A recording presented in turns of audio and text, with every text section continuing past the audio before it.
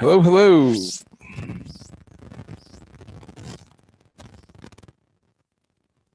How's everyone doing? Let's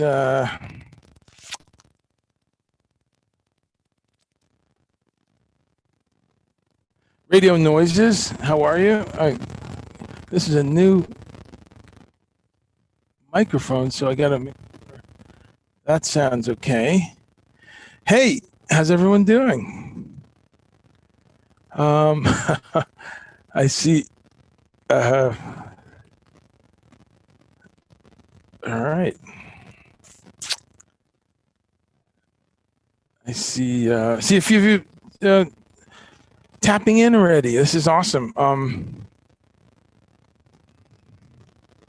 I also see that my friend Adam Holtzman's new book, Moan and Groan. I just got the news there, so I'm cracking up. Adam Holtzman is a brilliant and hilarious, incredibly talented synthesist, but he's got these cartoons. Anyway, getting set here, checking my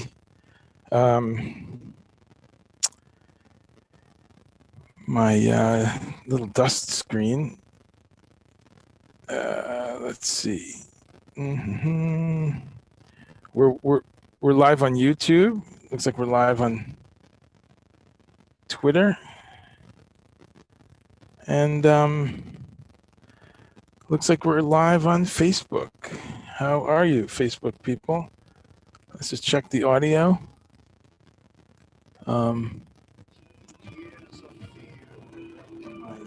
Okay, that works.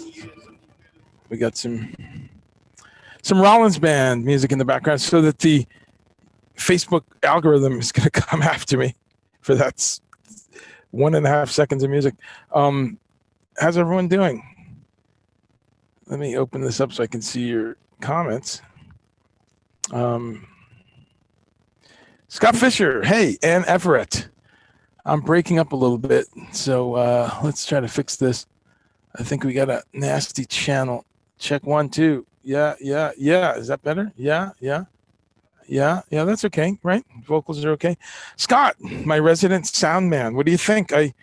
I'm trying out some new gear. I just got this out of the box. I haven't bought really any gear during this pandemic, but I thought I would upgrade from my shitty 20-some-year-old mic. Hope everyone's doing okay. It's Meatless Monday. Welcome back. And I'm Andre Chumley. We're here to discuss all kinds of stuff.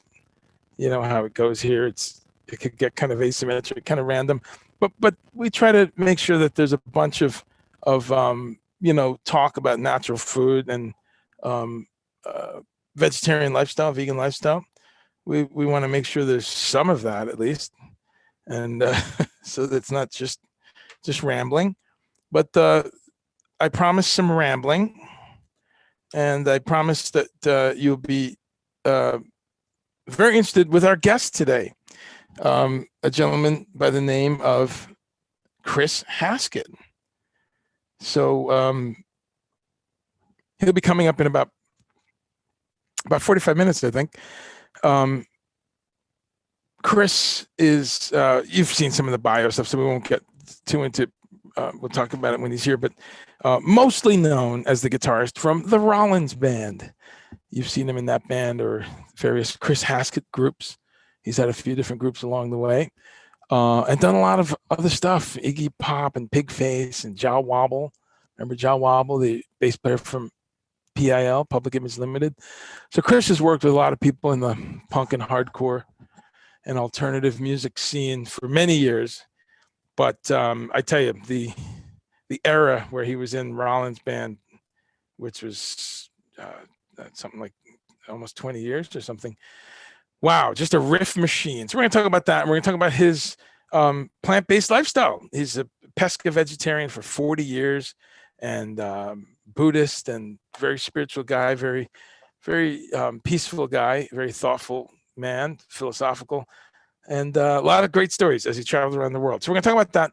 We're also going to touch base on what did we have today? That's always a feature. What did we eat today? It's Meatless Monday, and it's a chance to chat and just talk about ways to go a little more green on a weekly basis.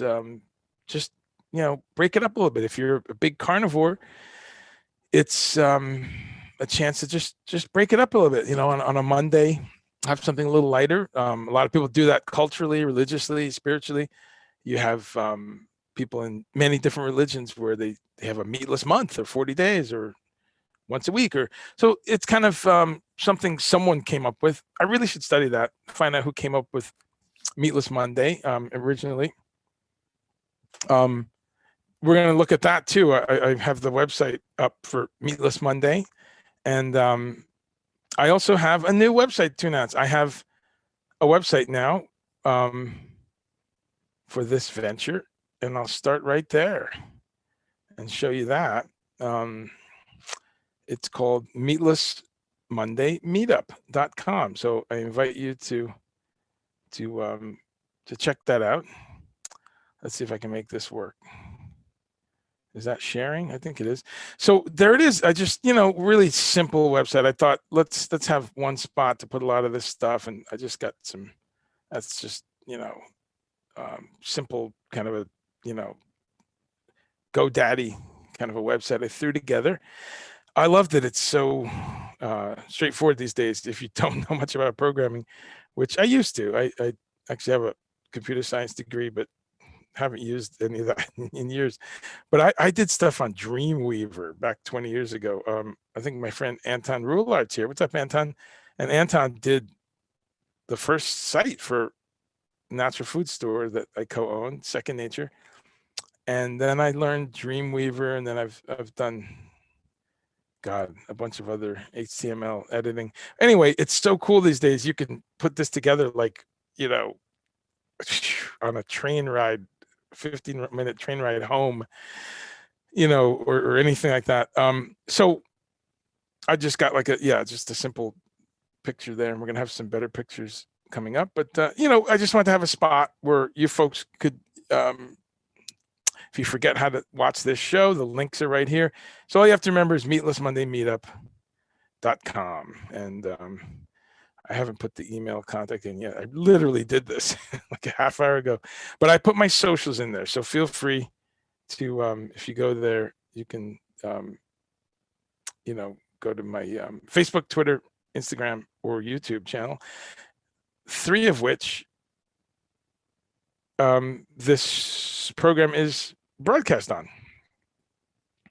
So so help me spread the word. Tell your friends. Just say, hey, you should go to Meatless Monday Meetup. My friend does this chat show, and blah blah blah. So there you have it. So check that out.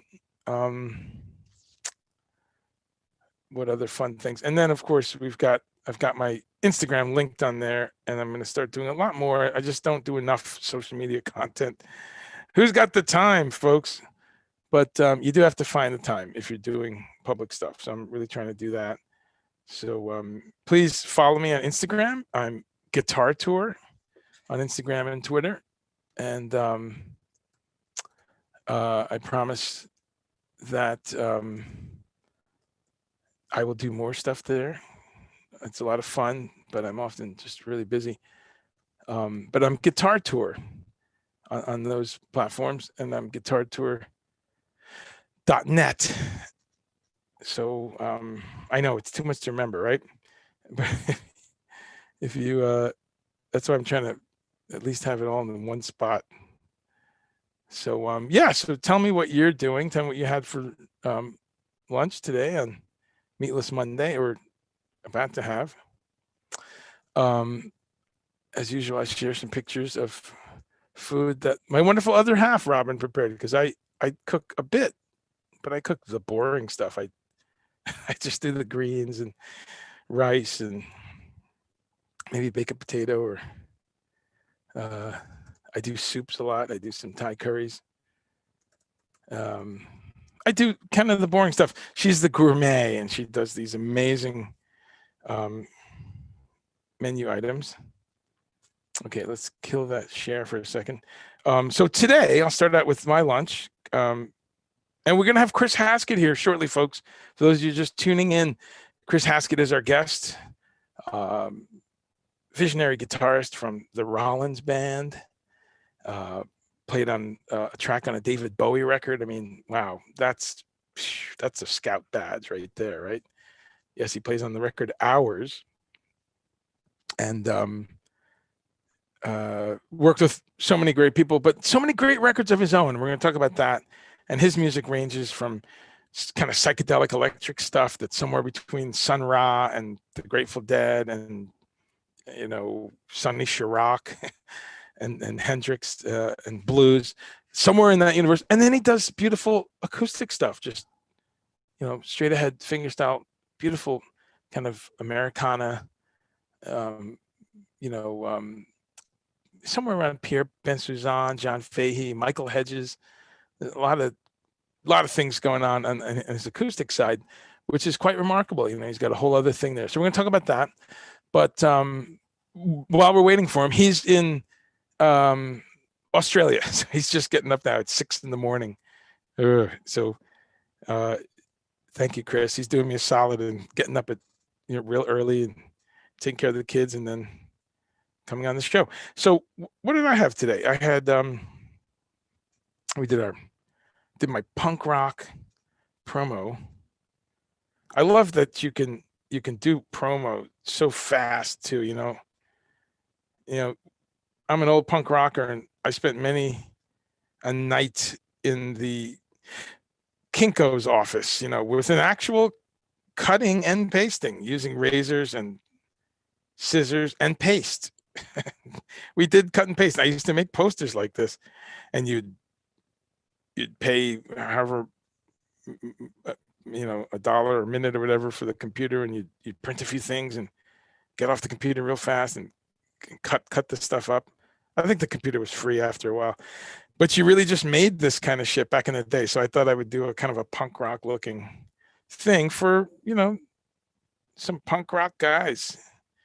So there's Chris in the middle there with Henry Rollins and Melvin Gibbs, the great Melvin Gibbs, from so many bands with Vernon Reid and, you know, so many of the harmonic experiences that he's had. And then we have Theo Van Rock, the 5th member of the band, in the back there with the cap, and Sugar Sim Kane, the badass drummer himself, Sugar Sim Kane. And Theo Van Rock, Theo Van Inbergen, is a very dear friend. He's the sound guy. But that was one of the cool things about the Rollins Band. You know, Rollins would announce him every night as one of the band members. I mean, because Theo carved the sound.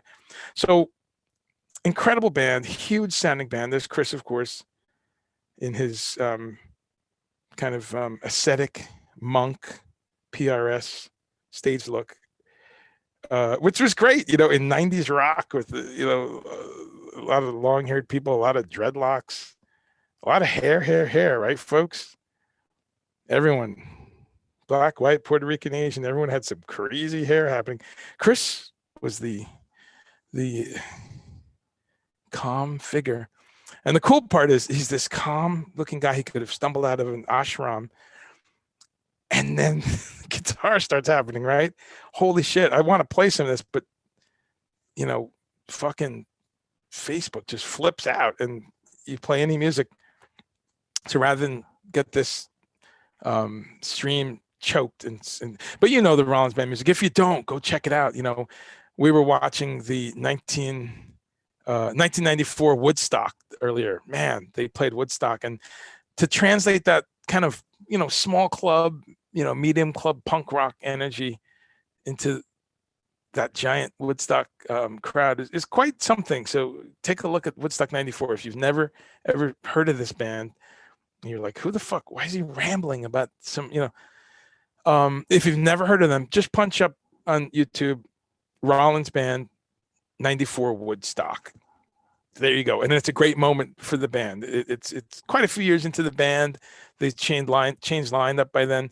The great Andrew Weiss, who was the original bass player, and look for some older releases and videos because he's incredible.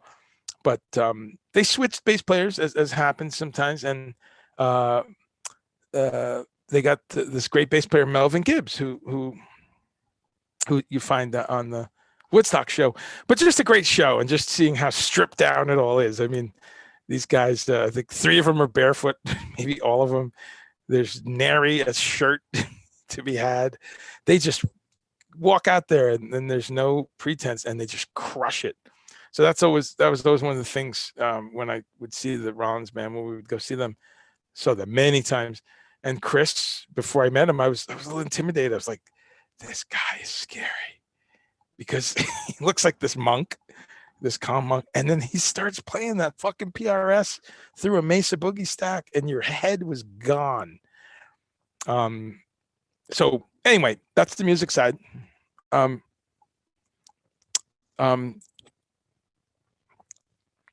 just got a message from Chris. Great, he's setting up. So he's in Australia, and they are, how do you say, 15 hours ahead, something like that. Yeah, 15 hours ahead.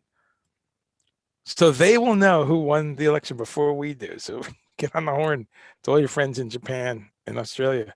They always know who wins lotteries. Shit is crazy, but they're Tuesday already, Tuesday morning. So hello. How's everyone doing? Ann Everett, how are you, my friend? Hey, Scott, good to see you. 12 hours ago, we were chatting, right? I said, see you in 12 hours. Here we are. So Scott, what did you have? Leftover pasta with some Del Monte Veggieful cup. Oh, what's that? Tell me about that. Put a link up. Del Monte, so they're doing like a little healthy veg thing. It's fantastic. Anton, miss you too, bro. And I mentioned you before with the website stuff, but hopefully you're still on. But I want to have you on the show, bro, because I want anyone in other countries. I want to have some world cuisine and culture. And I know that you were mostly plant-based, and you used to be vegetarian. Maybe you are again, but it doesn't matter. I want hunters on here if they're going meatless for a day. I'll put Ted Nugent on this show. I'll school him on his right-wing bullshit, but we'll have a friendly discussion, So because Ted is doing something for the environment. Did you think you'd hear something positive about Ted Nugent but that's how we roll here. But he is, because he's always advocated not buying meat and animal flesh that is factory grown, that is drugged up, that is steroided, that is packaged and pummeled and living in a concrete factory.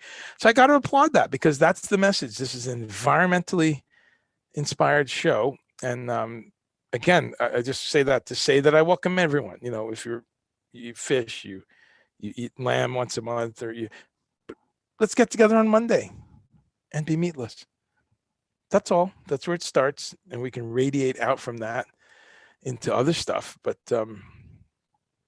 so Anton, with that in mind, love to let's get a report from Amsterdam, because what an amazing vegetarian town. I mean, so much great food, and so many Indonesian folks. So there's a lot of Indonesian restaurants, but a lot of good Dutch food. The Dutch know how to do French fries. Man, that's some shit. And the falafel, and just great juice bars, and salad bars. So okay, let's RB Kratz and Lori, how are you? I'm doing okay. I'm doing all right. Late start. That's how I roll. I'm a musician, getting some caffeine. How's my new microphone sound?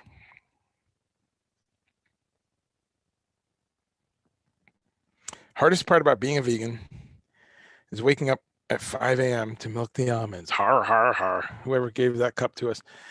Ann Everett, how are you? Let's see. You had miso soup, and you had tempura, fried mushrooms, broccoli, cauliflower, and a big gobble of wasabi. Psh, I'm in. Japanese food, always there. Nilly, how are you, my friend?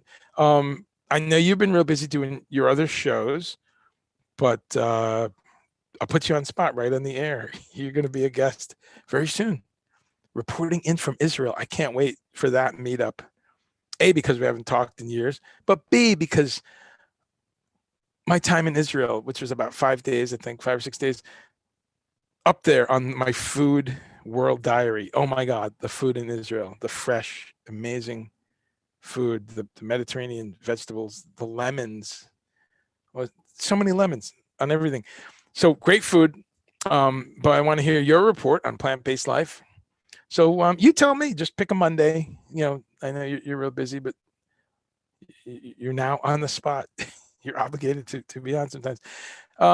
Light yourself up with wasabi. And yes, it's, Christopher Larry. Yes, we are meeting again. Hey, Christopher Pandolfi, how are you, man? Oh, that's right. OG cut and paste. Nilly, yes, it's punk rock, of course. Of course, you get it. Did you see?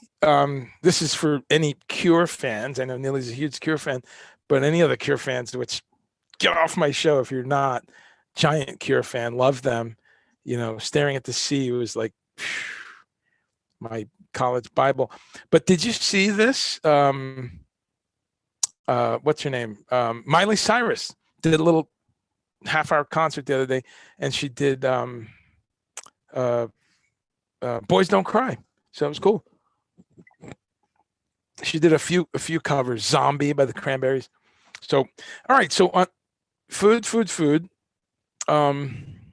Hey, Alan Gow, what's up, bro? Okay, the Del Monte Vegeful packs, because we always like to talk about new products. It's such an exciting time because it's so easy to go meatless. Wow, it's mind-blowing. I've been meatless for 36 years, 1984. I was handed a book by some Hare Krishnas. I should dig that up and have the book as a special guest. It's somewhere. I would never throw it away. It's a book called The Higher Taste.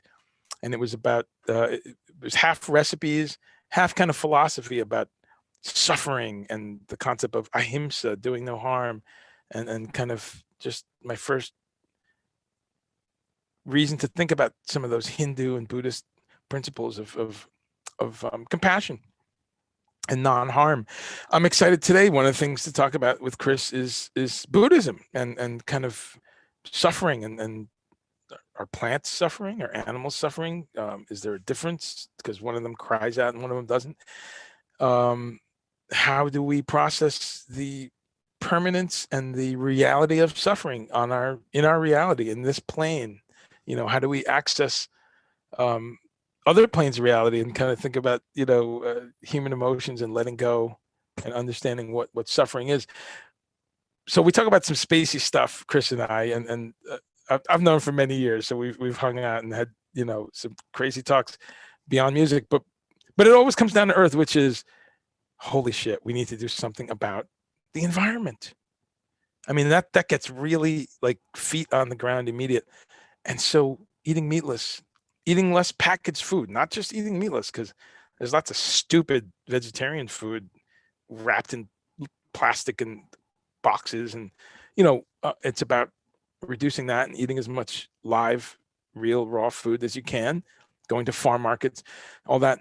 That said, there's some really cool stuff that's available now in stores and supermarkets. There's some great new soups and frozen entrees and all kinds of stuff. So I'm always excited when people tell me about that. On that note, so the vegeful packs, it's grains and veggies and a sauce. Okay. And you have a little fork and it's perfect for on the go. So that's good for like in a rush on the go. It's part of the modern world. As long as we recycle these things and we, try to be low on how much we consume them percentage wise, I'm okay with that. Because I travel a lot, and if you're on the road and the bus stops at some fucking Walmart or Target or something, or even worse, you got to run in and find some food. So I'm very excited that even Campbell's tomato soup you can get anywhere, right? And that's vegan. Did you all realize that? Old school Campbell's tomato soup. That's a road savior because you find that anywhere. So that looks good, Scott. Beans and okay, this is corn and beans. Okay, corn, black beans, tomatoes, brown rice, quinoa, jalapeno, and roasted pepper. I like it. Those are all a bunch of my food groups right there. Nilly, so you saw that? Yeah, that was great. She did nail that protest song. So I'm a Miley Cyrus fan. Isn't she vegetarian? Or she was for a while. A lot of these young kind of pop stars, right? They go vegan and it's great because it gets the word out there, and some of them stick with it, some of them don't. but I just love that it means that people are talking about it, right, around the dinner table. Who's also vegan that I love her music, Billie Eilish. Great. I mean, she is, wow. I think her songs are great. I really do. I mean, I think she's different. Um, I think it's great what she's churned out at age like 17 and 18. And her brother Finn, he's fucking brilliant. Those are great songs. They're deep songs. And they do them in their house. So I love that they're transforming the uh, music industry. But I also love that she's a compassionate young woman and talks about animals and animal rights. We watched a really great show where she, what's it called? Hot Wings or something like that, where they have guests and they eat increasingly hot sauce.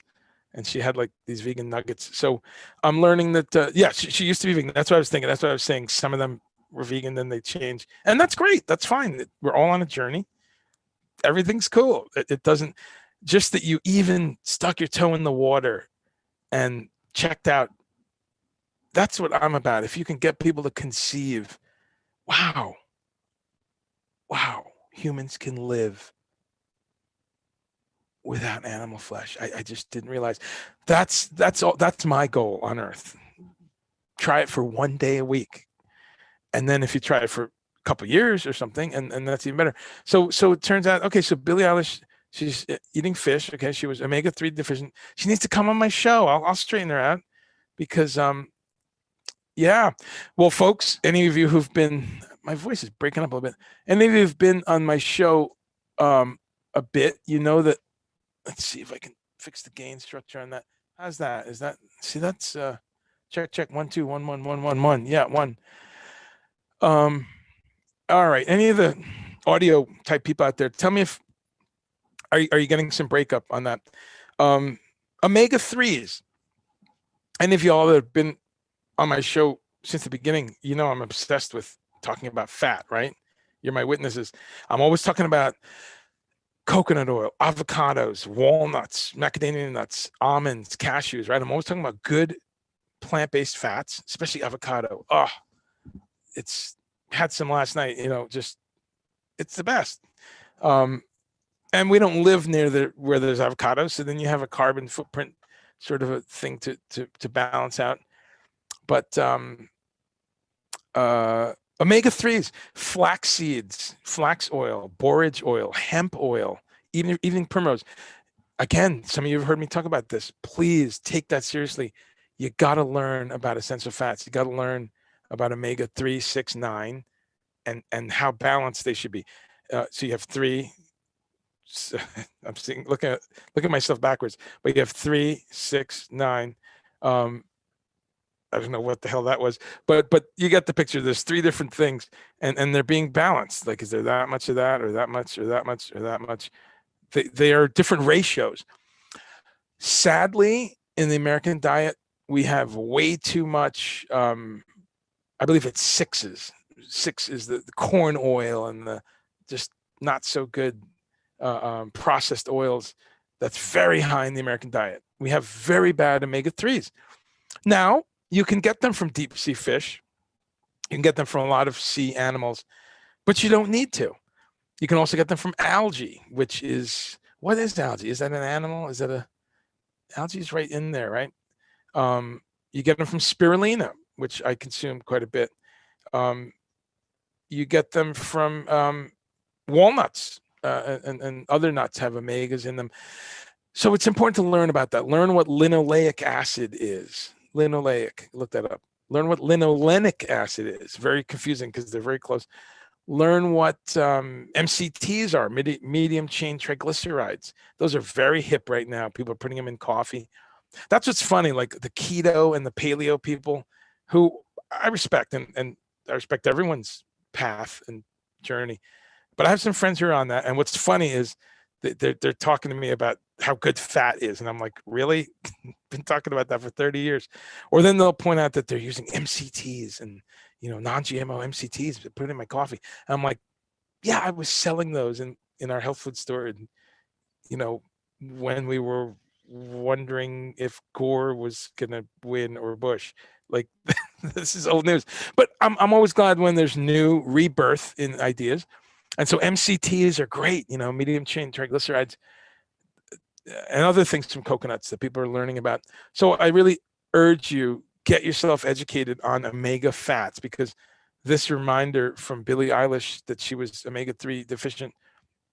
The funny thing is, it really doesn't really have to do with being a meat eater or not. There's meat eaters who are incredibly omega-3 deficient, because they're eating fast food meat, or they're eating processed meat, or they're eating animals that don't eat normal food anymore. So you'll notice too, there's some chicken that's marketed, and you ever see this? It's advertising chicken, Tyson or one of these, some company, Purdue, and it'll be their natural line, and it'll say chickens with omega-3 diet. Ever notice that? So we see this tagline, omega-3, omega-3, omega-3. We know it's out there. It's incredibly important. Your brain is swaddled in fat. Your brain is sitting in a bunch of delicious fat and myelin sheaths that wrap your nerve system, your nerves, your nervous system. So you start getting into the main ailments in a place like America, where we have the best. We got the best ailments. We got the most heart disease, the best. You're gonna be tired of winning. There's so much heart disease and diabetes. There's just so much chronic high blood pressure. You're gonna love it. I live here, but those are the stats, right? Heart disease, cancer, atherosclerosis, all these things. And interestingly, in a lot of those, fats are implicated, omega fats, and the imbalance, and hydrogenated oils, and way too much processed carbs is another thing. But your body will make a lot of these things if you are giving it the proper raw material. So that's what one of my goals on this show is, to always point folks to just go to YouTube and look for Joanna Budwig. She's a genius on fats. Look for Udo Erasmus. Wow, these are people that are very genius on fats, plant fats and sea-based. But mostly reminding us that it's all on the earth, folks. It's all in plants. There's nothing really that an animal can give you that you can't make yourself. Maybe there's one or two things, actually. There's still debate on B12. Humans don't make that. We have to consume it. How did we get it? Hundreds of thousands of years ago. Probably we ate enough worms and bugs. And we certainly ate small rodents and mammals and birds. We ate eggs. We stole eggs from nests. So there's a lot of study there on our B12 relationship. But other than B12, and maybe because we're all modern indoor humans, we almost all of us need some vitamin D somehow, if you're above the equator, and if you're just not in the sun enough.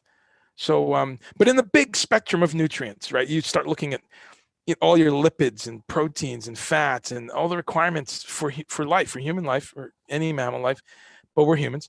You start looking at the minerals we need. You start looking at the full complement of elements that make us up. You're somewhere in the 99 percentile that they're all available from plants, or that you'll synthesize them. And again, total respect to people who want to eat lamb and flesh and eggs and fish. Total respect. I don't, but I'm here to have a conversation. If you'd rather not source them that way, or if you just, there's budget concerns, pasture raised lamb is not cheap. And if you find out that you can get your omega-3s from spirulina and flax seeds and walnuts, that might be a cheaper, more sustainable way to go. So there's a big discussion there. So thank you, Nilly, for launching that little segment, because you brought up Billie Eilish. So I'm gonna write Billie Eilish. Wouldn't that be a coup? Get her on the show. But I'm trying to do that. I'm trying to reach out to celebrities. I reached out today through a friend to William Shatner, right? He was vegetarian for years and years and years. I don't know. Is he still? Does he eat fish now? I don't know. But decades as a vegetarian, William Shatner, yeah.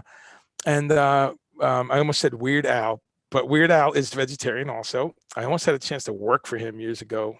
My schedule didn't allow. But Weird Al has a bunch of great interviews of him talking about his vegetarian lifestyle. And I'm laughing because so is Reverend Al. It's 2020, folks. Weird Al, Reverend Al. Reverend Al, Weird Al are both plant-based badasses. How about that? But Reverend Al tells some great stories. There's again some great interviews about Reverend Al. If you didn't know this, where he went vegetarian because of his heart disease. Notice he lost like 110 pounds or something.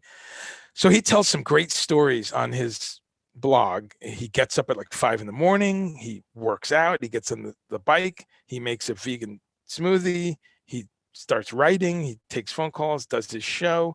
He loves greens and sweet potatoes and, tofu cutlets. And so it's so inspiring that a man, I think he was in his 60s right? Or late 50s. It's just inspiring to me that you could change your life anytime. So I'm trying to get people like that on the show. Good luck. So Nili's saying you take, you take algae-based omega, vegan, of course. Yeah, there's some great, that's the other thing. I wish we could reach Billie Eilish and say, look, you can supplement very easily with that. Yeah, let's start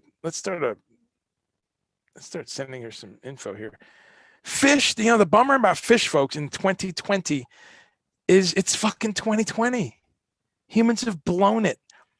So we're many of the fish available areas on planet Earth are nearly decimated.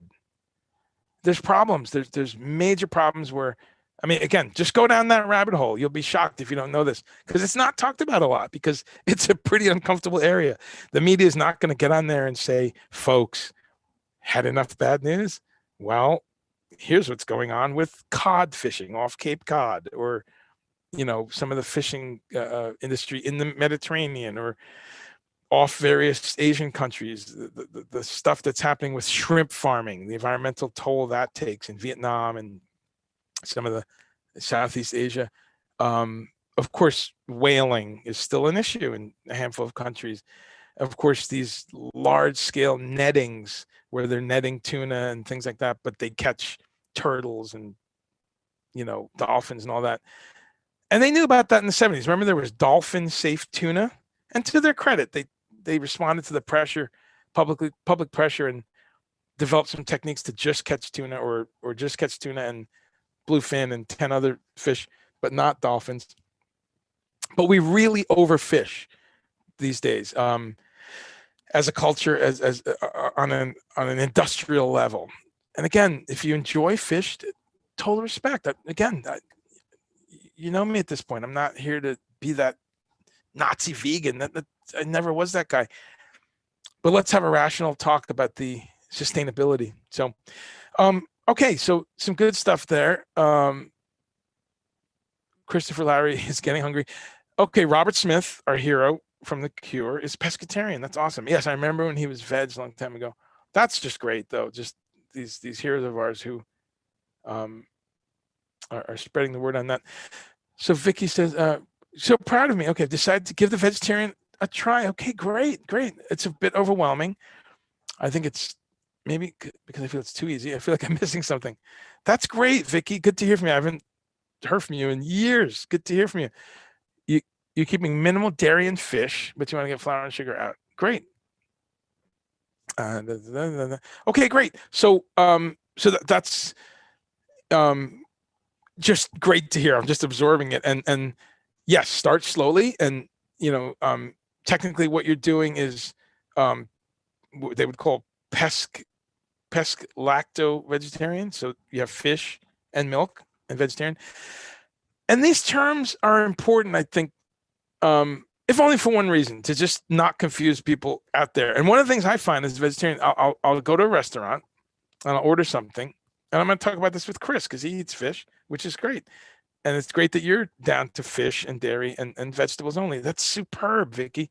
Getting rid of the pork, the beef, the chicken, the turkey, the lamb. It's major. And to answer your question that you might be missing something, you're just missing stress on your digestive system and on your arteries, and you're missing cholesterol, and you're missing saturated fat. Um, again, people can thrive on eating meat, but we just eat 100 times too much in American culture. But you're missing some grocery bills, maybe, because if you do this carefully, because you can definitely overspend on like the whole food style packaged foods. But if you do this carefully and stock your pantry with basics and get some recipes, it'll be fine. Are you missing anything? As we were talking about before, everyone should be thinking about vitamin A, vitamin B complex, and vitamin D. I've seen just talking to nutritionists, talking to chiropractors, medical people, neurologists. Anytime I meet someone like that, I get into these conversations. I know you find that hard to believe, but across the board, especially Americans, we're deficient usually in those: A, B complex, D. And then after that, a lot of us are deficient in minerals. Those are the common ones. And then the fat soluble vitamins A, D, E, and K are often problematic. A lot of people have problems with those because we're eating bad fats. Notice this is a theme: fat, fat, fat. We kind of have a twin problem in America where a lot of people eating too many of the wrong fats. And then on the other side, you have these people still in 2020 on this not so smart low fat diet, zero fat diet. No. Your body needs fat. You need to learn about the good fats, bad fats.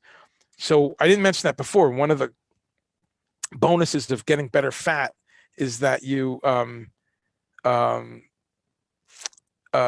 just responding to CHRIS HASKETT here. He's about to dial in. It's just funny when you're talking to someone, they're like, we've had a few texts this morning for him, like, hey man, just up, having some coffee, and getting his kids off to school. It's always surreal because it's like, wait, it's 4 o'clock, but 6:30 in the morning there in Oz. Anyway, if you are fascinated by this stuff as I am, what a wonderful time to learn about essential fats. So just punch in essential fats, omega fats, and you'll see that they're sourceable in animals or from plants. The quick thing to remember is those animals are getting them from plants. So why not just eat the plants? We look at the food chain in the ocean. It starts with the plankton and the krill and the algae. The plankton, the krill, all over Atlantis. You remember Atlantis. Donovan, the guy with the brocade coat, used to sing to you about Atlantis. They could really get down there. That's for the Zappa fans. So Vicky, awesome. DM me, send you recipes and stuff. Come onto this show every Monday because people share ideas and recipes. You're now in a community of folks who would gladly give you some info. So it's funny, you're researching vegetarian, but there's so many warnings about it. I love that. And I'm not making fun of you. I'm making fun of the people who warn. What's funny about that, Vicky, is that we go to any hospital and if we ask the 300 people if they're vegetarian or they're meat eaters, I think you know where this is going.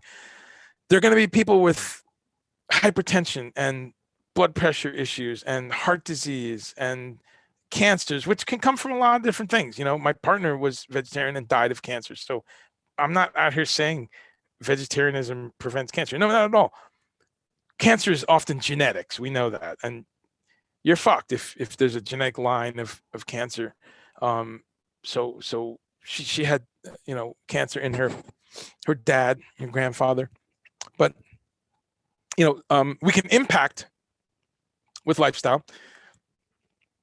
But a lot of the other things, excuse me, this coffee's getting cold, which sucks. A lot of the fear-based stuff. Look out! Your daughter's a vegetarian. Make sure. I wonder about that because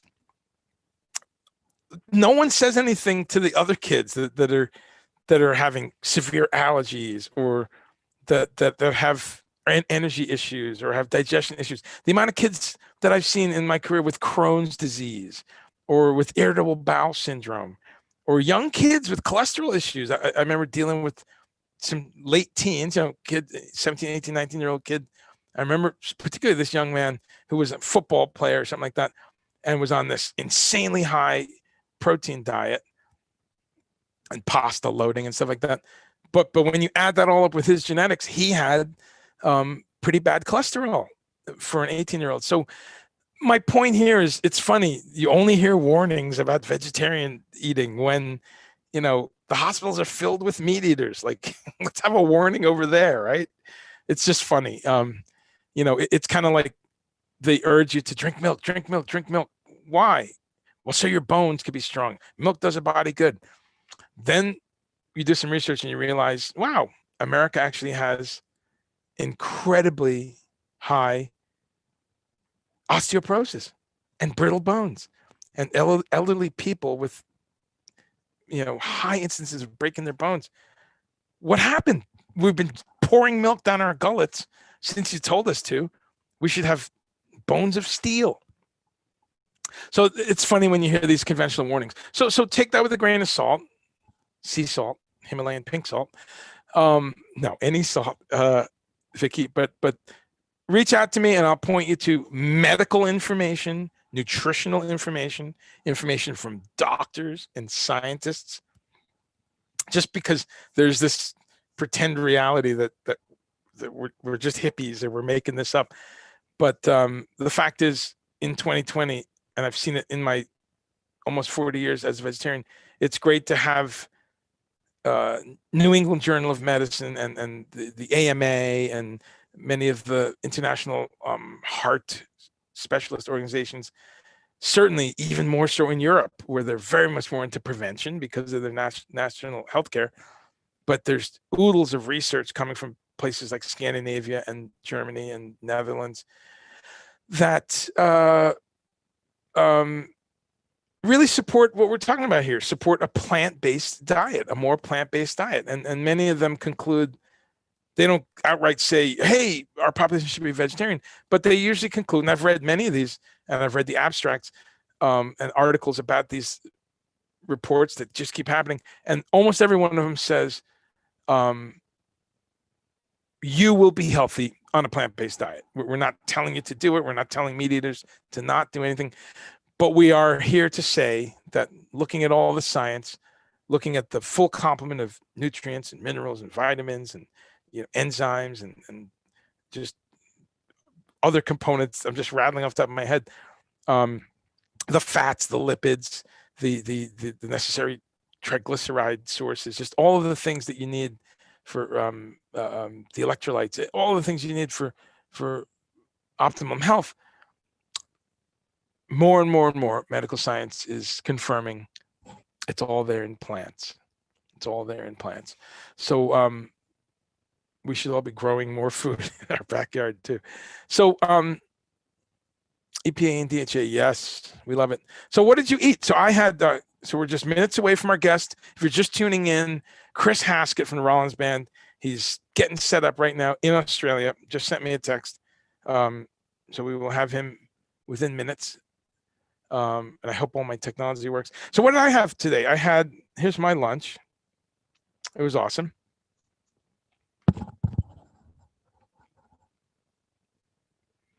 Can you see that? Man, oh man, that was good. So let's see. At the top, it's that stuff, Just Egg, that I've talked about a few times on the show. Just Egg is a wonderful product. It's a liquid kind of an egg substitute. And it's made from mung beans. It's all, just all plant-based natural stuff. And you buy it in the egg section of the store. And it looks like I've got an omelet there, right? And it's mung bean proteins. Now, you can also do this from chickpea protein, and I'm learning how to do that. But that's a wonderful frittata that my genius chef, other half, Robin, made. And you could see it's cherry tomatoes, and there's some green stuff in there. It's kale and broccoli greens that I steamed. So I made the greens. She made the frittata with cherry tomatoes. You've got some pickled onions there.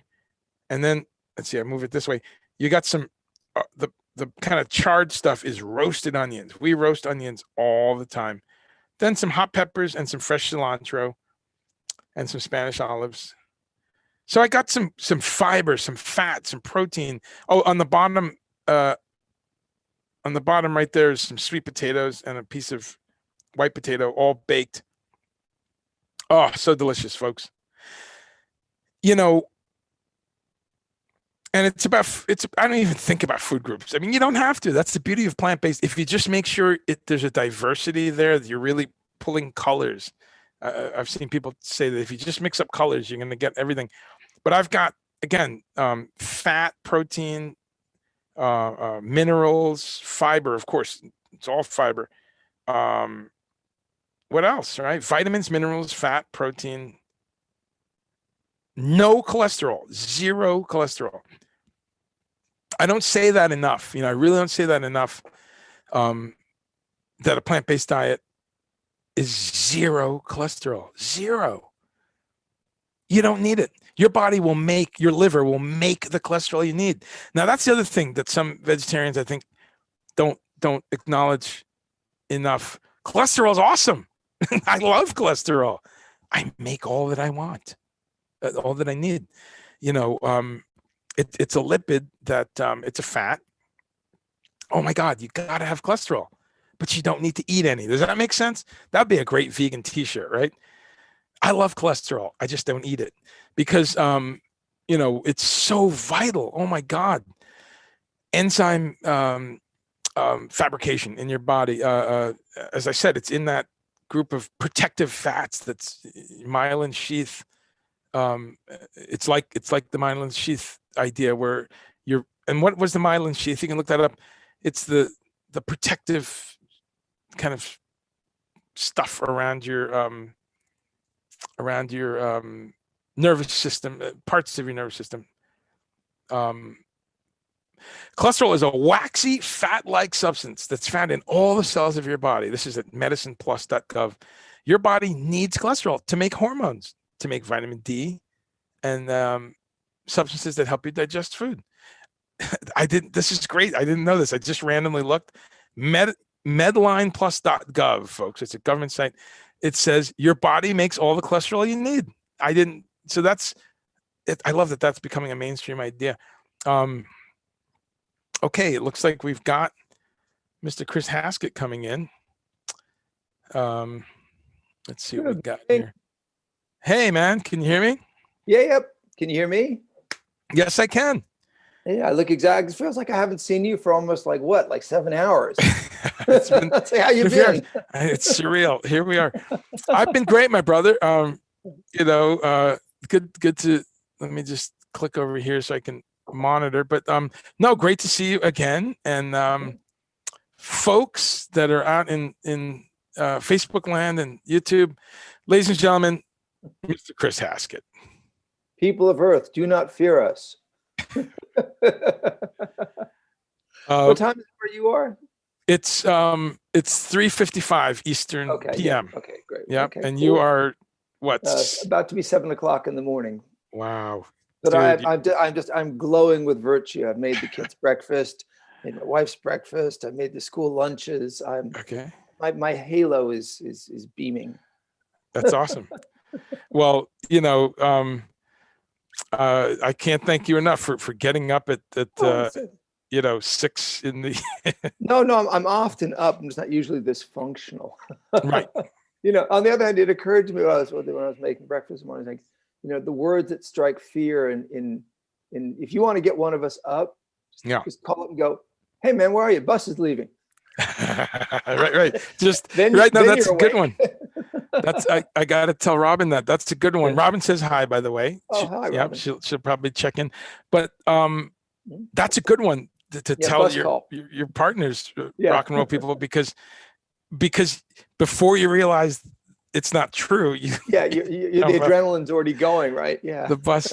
So well, that's awesome to hear. And one of the things I said in your bio is how many things you do, and one of the things I've always honored and been inspired. You're a great dad, and you have some great kids. According to some, it depends on the day.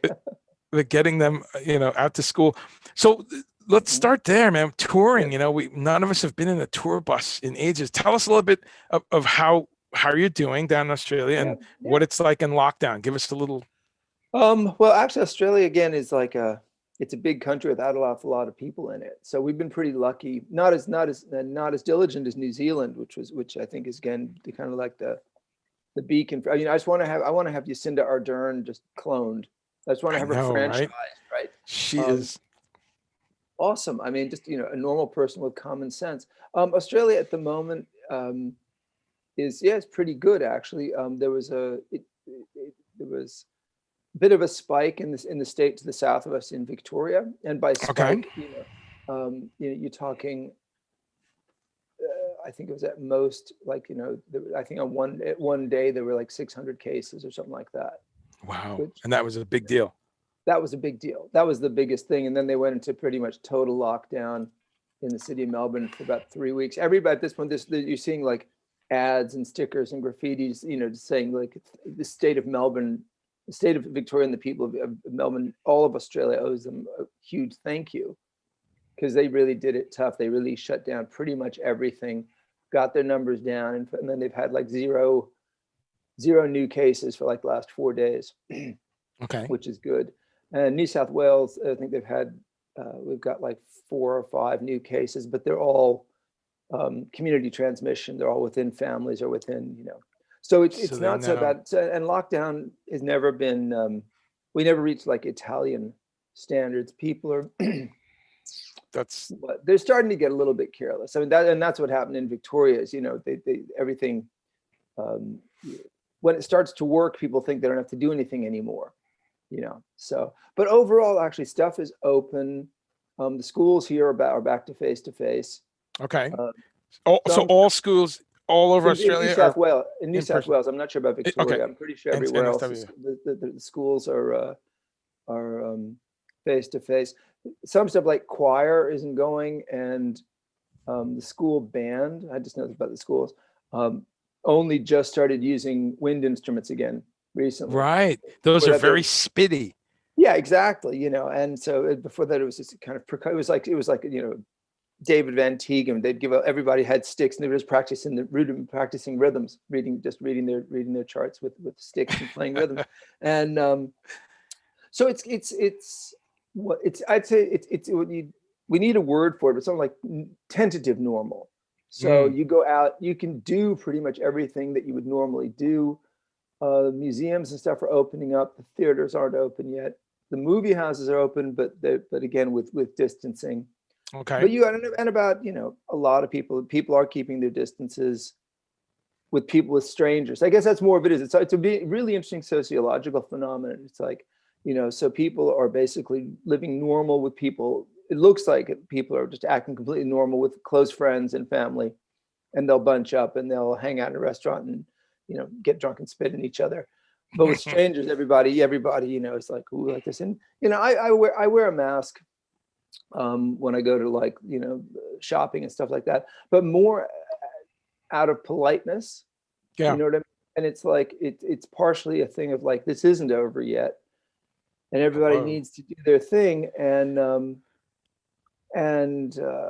also when you especially riding on like public transport, because like to get from where I live on an island, so to get to the mainland, if I don't catch a ride or use the family boat, I take the ferry. And okay, the people that drive the ferry, they deal with a lot of strangers every day, and they deal with a lot of people every day, and it's just politeness. It sets a good example, I think.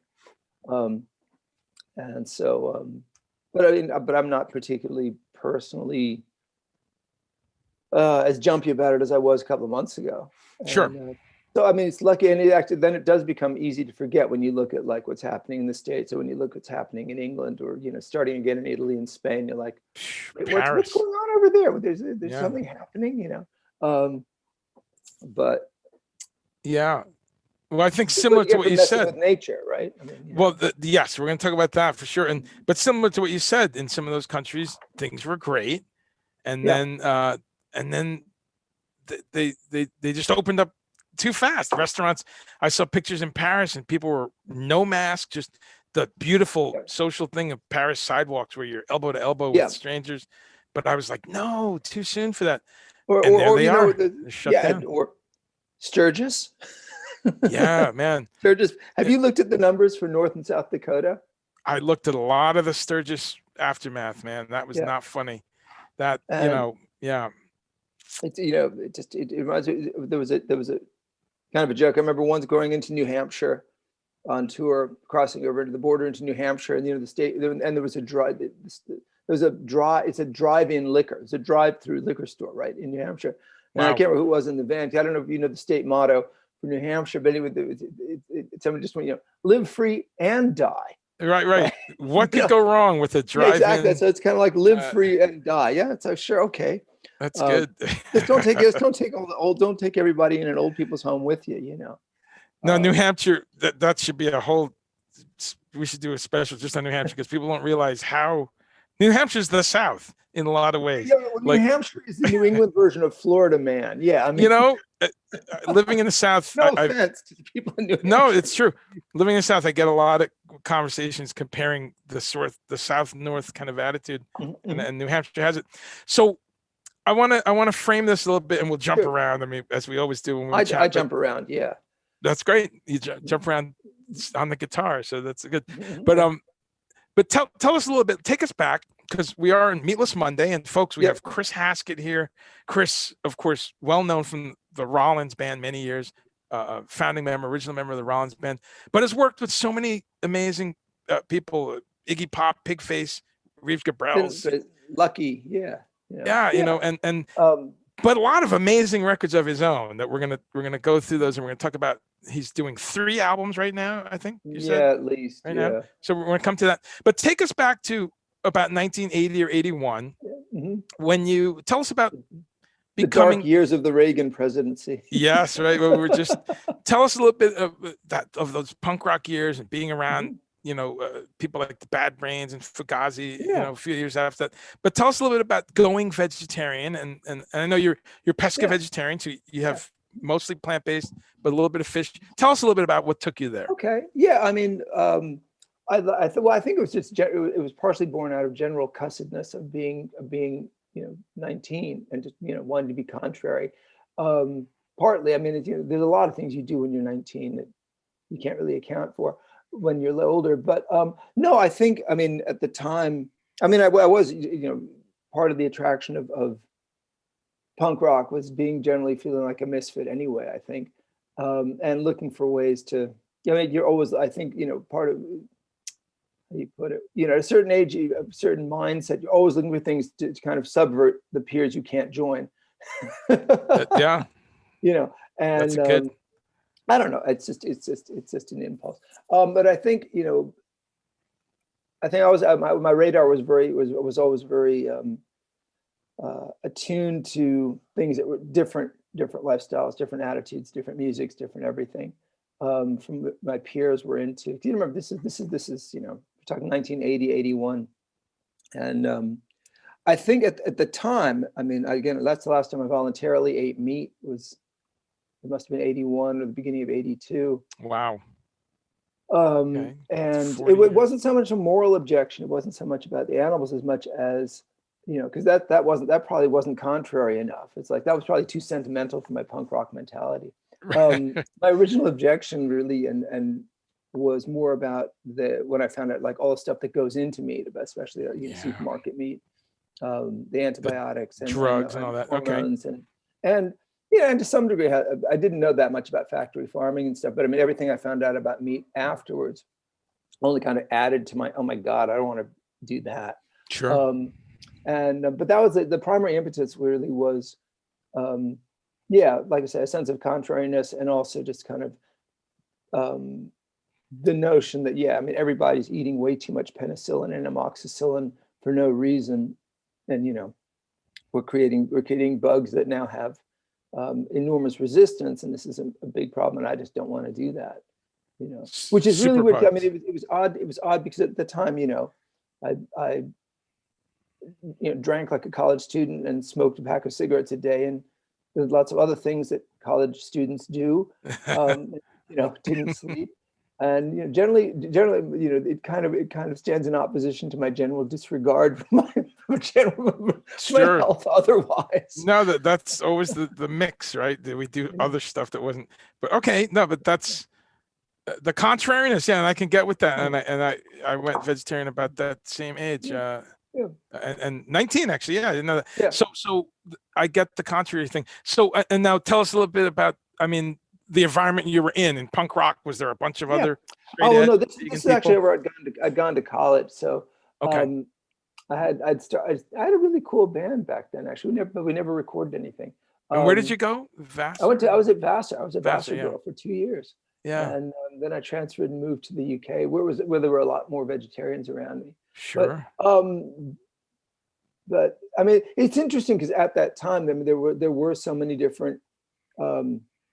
This is before hardcore happened. Really, this is before everything became so kind of codified and compartmentalized. So the community of I remember just before going off to college, even when I went back to visit, during holidays and stuff, there was much more diversity in the scene, and it was much more in the pre-hardcore days. So there was much more diversity of attitude about many things, about music, about art, about gender, about queerness, about everything, and including food.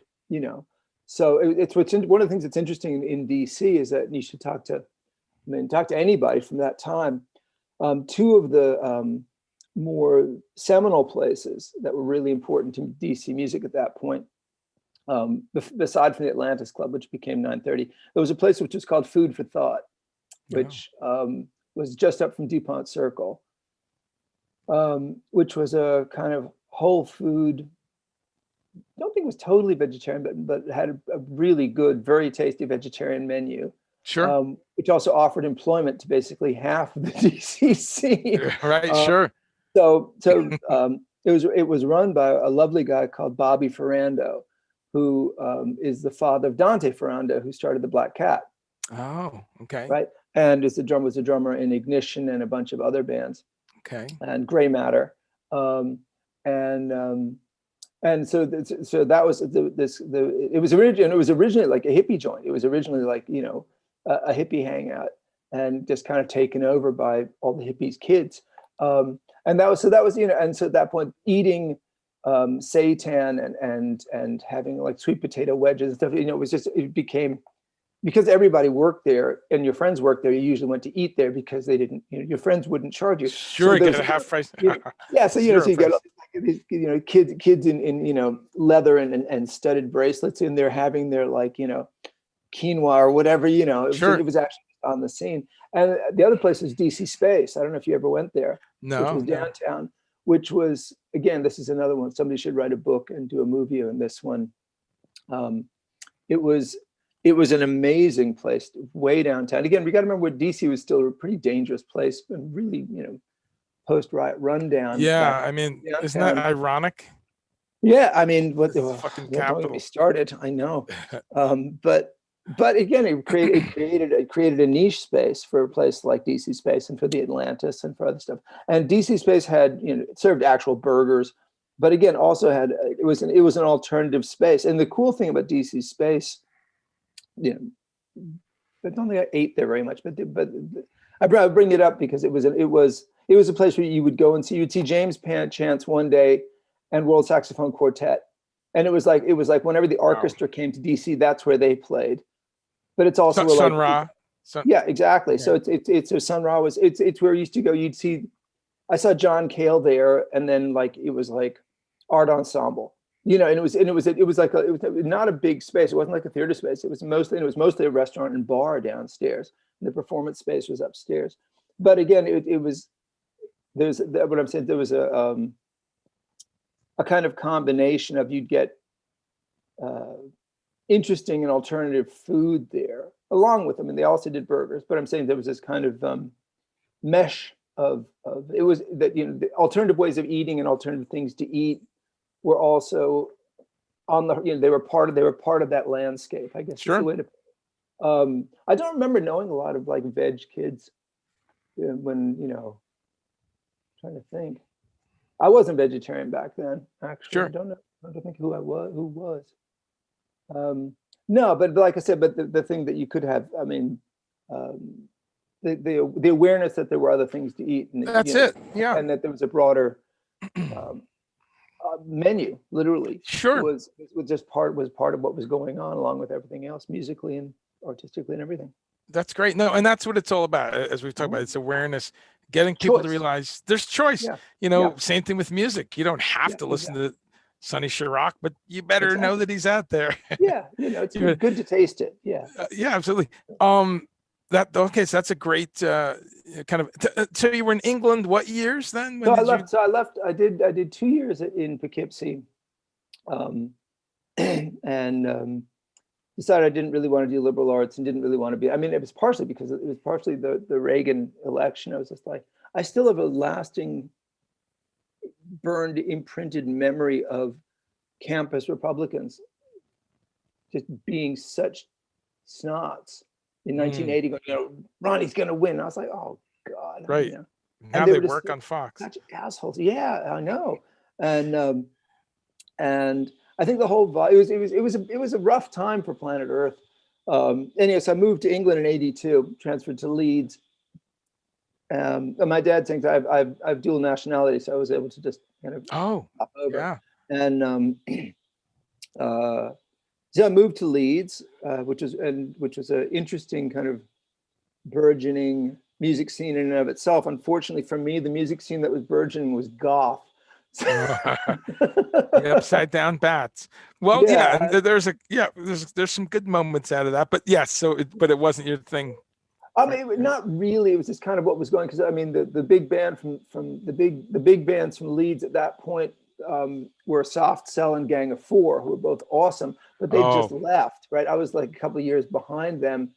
Mekons were still there, but this is just before the Sisters of Mercy got going, and then down in Sheffield you got Mission, and all that stuff. But the other things that was happening right back then, I mean, all the youngsters out there won't remember this, but I mean, during the Reagan Thatcher years, there was a huge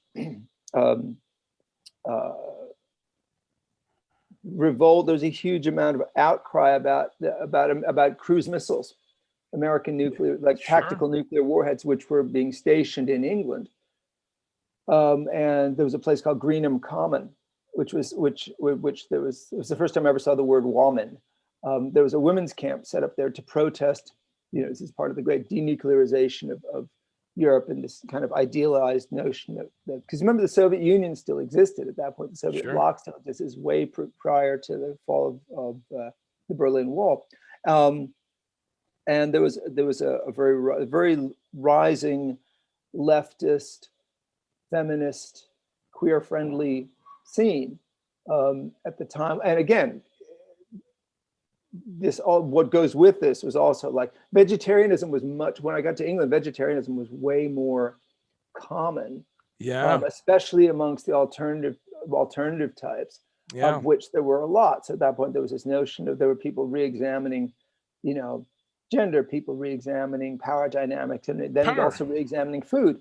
Again, ironically, as with, young people are fascist. They just are, right? So I mean, a lot of this stuff just came with this incredibly strident militancy, which was utterly humorless.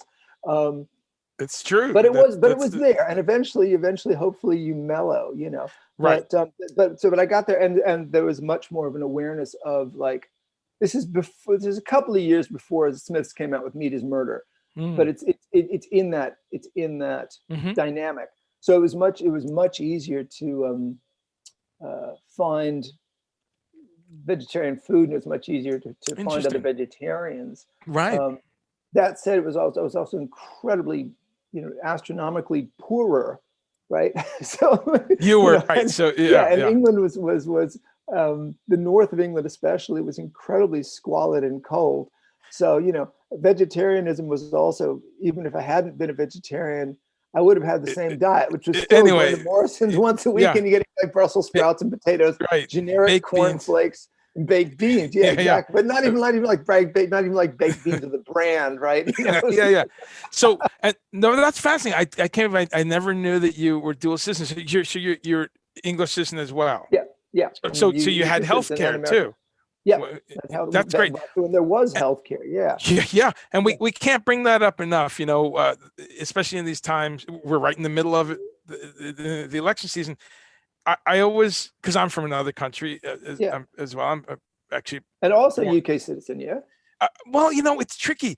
I'm mad at England because I was born in British Guyana, and believe me, I've looked this up, and there's about 10 countries that they decided were not automatic citizens.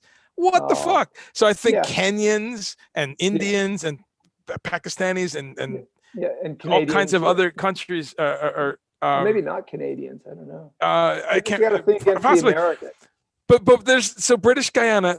So I'm going to pursue this a little bit more and see if I can jump the line a little bit, because you know, come on, Britain. Yeah, but you know, but here's the problem. It's like now even if you get it, it doesn't get you in the EU anymore, and it probably I know.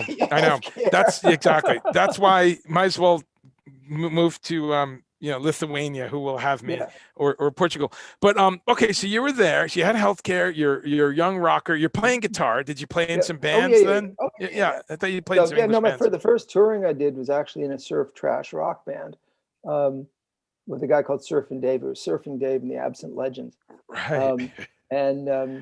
It was an interesting mix. It was kind of like we were kind of like not as good as either one, but it was kind of almost like a mashup of Jonathan Richman and the Ramones. I mean, not the Ramones, I mean the Replacements, because it was like we're really into like the Replacements and the trash rock stuff.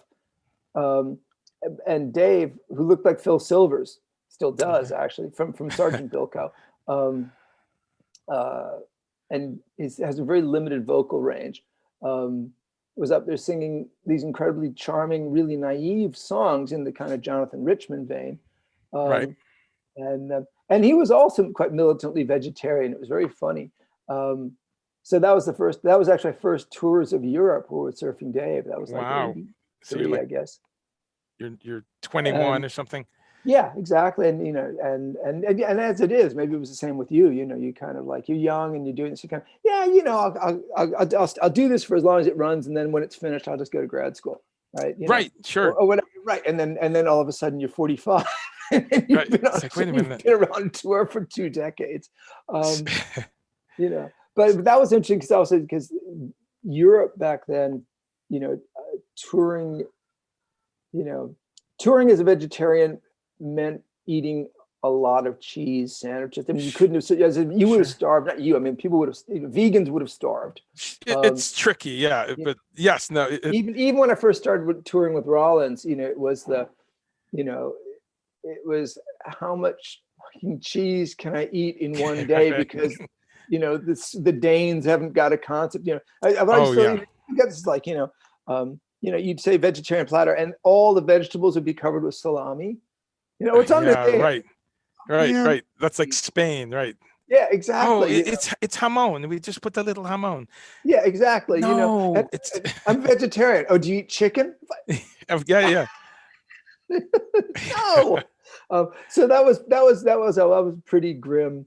And it was, and it's just, again, same with Rollins, because when actually I'm trying to think, me and Jez and Dave were all vegetarian with and Surfing Dave, that made touring a bit more exciting in Surfing Dave, because we did specify, because Dave was quite militant, he was quite vocal, very much about like animal welfare and stuff, whereas I just didn't eat.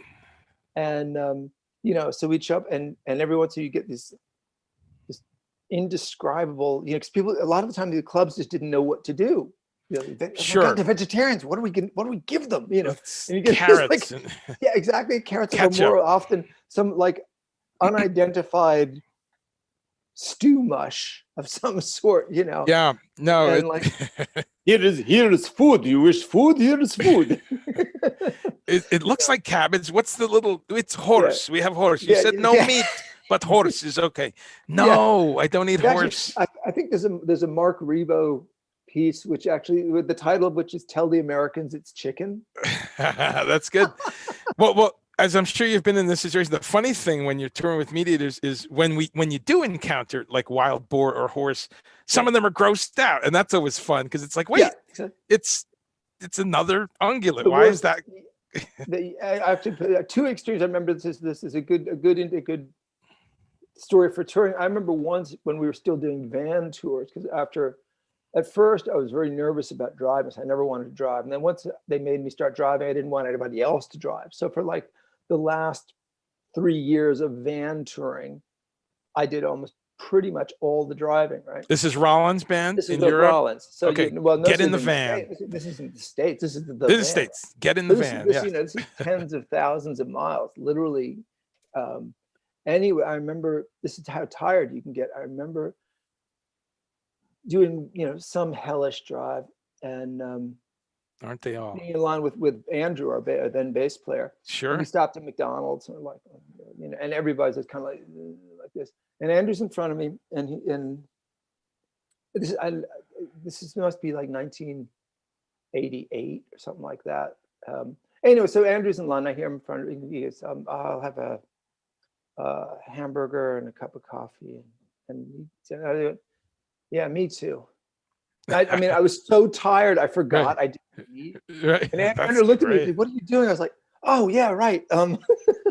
Oh that's man, kind of like, that's how tired you can get. That's exhaustion, bro. Yeah. Yeah. And then getting back and driving some more. But the worst, I have to say, I think the one that stands out the most was with Melvin, actually, when after he joined the band. The first time we went to Moscow, and the first time we went to Moscow must have been 91, I think. I think. Okay. I've still got the crew shirt for it, actually. So I'll have that. Right. You never want any of your own merch, but it's cool crew merch. I'll take that. Yeah. But and everything was, this is just. I remember the first time I went to Moscow was right after there was the kind of quasi, not civil war, but I remember like when Yeltsin actually went and stood on top of the tanks, and they stopped shelling the parliament and stuff like this. I went and looked at the parliament, the what's called the White House, and there was still like burn marks on the outside. Wow. Everything was still in transition, and all the Russian workers had been given shares in their factories, which they were now selling to oligarchs and the mafia. So I mean, basically, it was the beginning of this incredible crooked time. Yeah, incredible, like a mafia gold rush. And the only place to eat after hours were the casinos, right? So after the gig, again, we're stuck in some bizarre hotel. Everything about the first couple trips to Russia was almost surreal. But anyway, so we got for after dinner, because we never ate. We never ate before we played. We always ate afterwards. Right, that's very European. Yeah. And no, we always did that. I think. Oh, okay, didn't matter. Yeah. Always ate after. Yeah. But anyway, so the only place to eat is the casinos, and we get taken to some casino, and I walk in, and it really is. It's like it's these fat 50-year-old guys with, these drop dead model girlfriends. The whole place is full of them. There's not like a woman over the age of like 25 anywhere. Sure. And they're looking at us because that's right. Sorry, this is my digression. There is a point to this story. I remember because we had come up from Prague. And in Prague, I'd found like the worst Swiss Army knife ever. Wow. In a shop, right? I found a shop. It had the sign. I went in because it had this sign that said, it sold like, party streamers, soda, funny hats, amulets, weapons. I was like, what? Right. And I found like the worst Swiss Army knife and it was $1. I was gonna say it must have been, yeah. Nothing. Like you'd use it, and then the knife would bend, and use the corkscrew once, and it came off from the cork. Anyway, and I still have that in my bag. And to get into the casino in Moscow, which is where we went next, it's a casino. It's full of gangsters, right? Everybody has to go through 2 metal detectors. Oh. right? Okay, go through two medals. Yeah, so I go through first and go, and they take my, right? They're like, take my Swiss Army knife. I'm cool, and they give me a check ticket for it. Right. I'm not making. Right? And the check ticket, there's two And different checks. There's the coat check, right. and there's the weapons check. Yep. Right, and they give me a little ticket, they give it number 7 with a fucking handgun on it. Right. I'm like, Right. I'm not going back for the knife. I'm keeping this, right? But anyways, it was that kind of place. Everything was yeah, and again, it was just inedible food. And Sure. the same, it was just this, and in the casino, again, it was a casino. It's supposed to be pretty international. Again, I think they brought us, where was it? In Prague. In Prague, they gave me spaghetti with ketchup on it. Wow. That was, and Moscow, you know, it was the casino gave us, I can't remember what it was, the hotel. This is what it was. The hotel on that tour in Moscow. Again, you meet people who were just offended by vegetarians, right? Right. We still do. Yeah, they still, I mean, well, the first time we went to Budapest, similar thing, right? I remember asking, let me finish with Moscow, then I'll get to Budapest. Please. Anyway, so we're in the hotel in Moscow, and we've ordered vegetarian food, which obviously just pissed them off, right? It was me and Kenny, our drum tech, and Melvin, and we're in, you know, we're segregated to some, like, you know, bad table, and it's Moscow. There's the waiter will stare you in the eye and ignore you, anyway, and you know, right. Where's our food? And they finally bring out, I kid you not, it was like, you know, this high. It was like 20 or 30 centimeter steaming plate of, I still don't know what it was, but it was just, it was smelled, it was like the seaweed you pull out of an old tire. That's classic. We never found it, and there was a lot of it. It was just this big steaming pile of green filth. Yeah. And that was the vegetarian food, and give them the algae from the pool. Yeah, basically, you know. So yeah, if it had a tire and like you know, a mafia encased in cement in it, I wouldn't have been surprised. And now, yeah, Moscow was tough. Yeah, no, and Melvin was vegetarian also, right? Melvin vegetarian, yeah, was vegetarian when I met him, and I think still is. And, they're ganging up. They thought you were ganging up. I know. No, Moscow was. I was lucky. I guess my first tour in Europe was in 2002, I think. So while I experienced a lot of this, it was a little bit better. I guess, a little bit more option by then. As you go east, though. Yes. But you raise a good point. It depends on the artist and the budget, because on the punk rock tours, and I've done equivalent of punk rock tours, Project Object. And your band opened for Project Object one time, right? We did. Yeah. Where was that? In Eindhoven. Eindhoven. Yeah, that was. Yeah, but for instance, that gig, we had great vegetarian food because there was a budget. But see, now it's taken budget.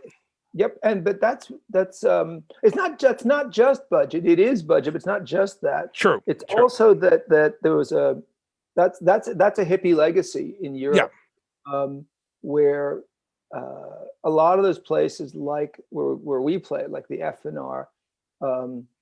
Especially in Northern Europe, but especially in like Germany and Holland, and I think to some degree in Denmark as well.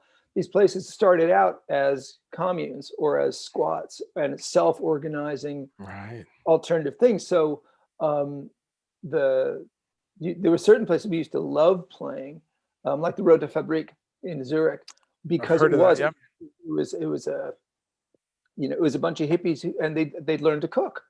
Right. And so for them, so when you play like the commercial clubs, the food was horrible. But if you played some of the commune spaces, especially again with like the old ones, again, there was a whole circuit of them in Holland. There was the Paard van Troy in The Hague. There was the Tivoli, the FNR, the Doornroosje, the Vera, and they were all community run. Community organized, mostly volunteer places, and the food there was usually, again, not necessarily vegetarian, but it was always good, and it was usually organic. Sure. They had much more of an awareness of it. It was more the commercial venues that you'd get to where you'd be given endless cheese or unidentifiable vegetables, And as you point out, yeah, going east was always tough. Tricky, yeah. I mean, yeah, the first time I went to Budapest, I remember this was like, it was one of the things you learn. It's like, when you're touring, it's like, how do I say, where's the bathroom? How do I say, I keep it in my phone. I've got, yep. I got some. Well, in Budapest, I said, how do I tell them I'm a vegetarian? And they said, well, that's easy to say you don't want anything.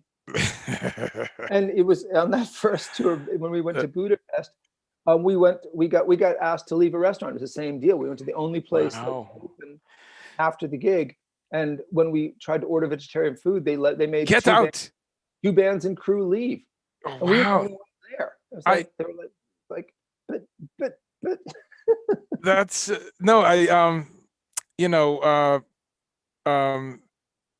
was lucky. I went with Adrian Ballou. I'm going to say it was 09 or something like that. And we had a good, I guess I was lucky too. I was with two vegetarians, the Slicks, Eric and Julie Slick.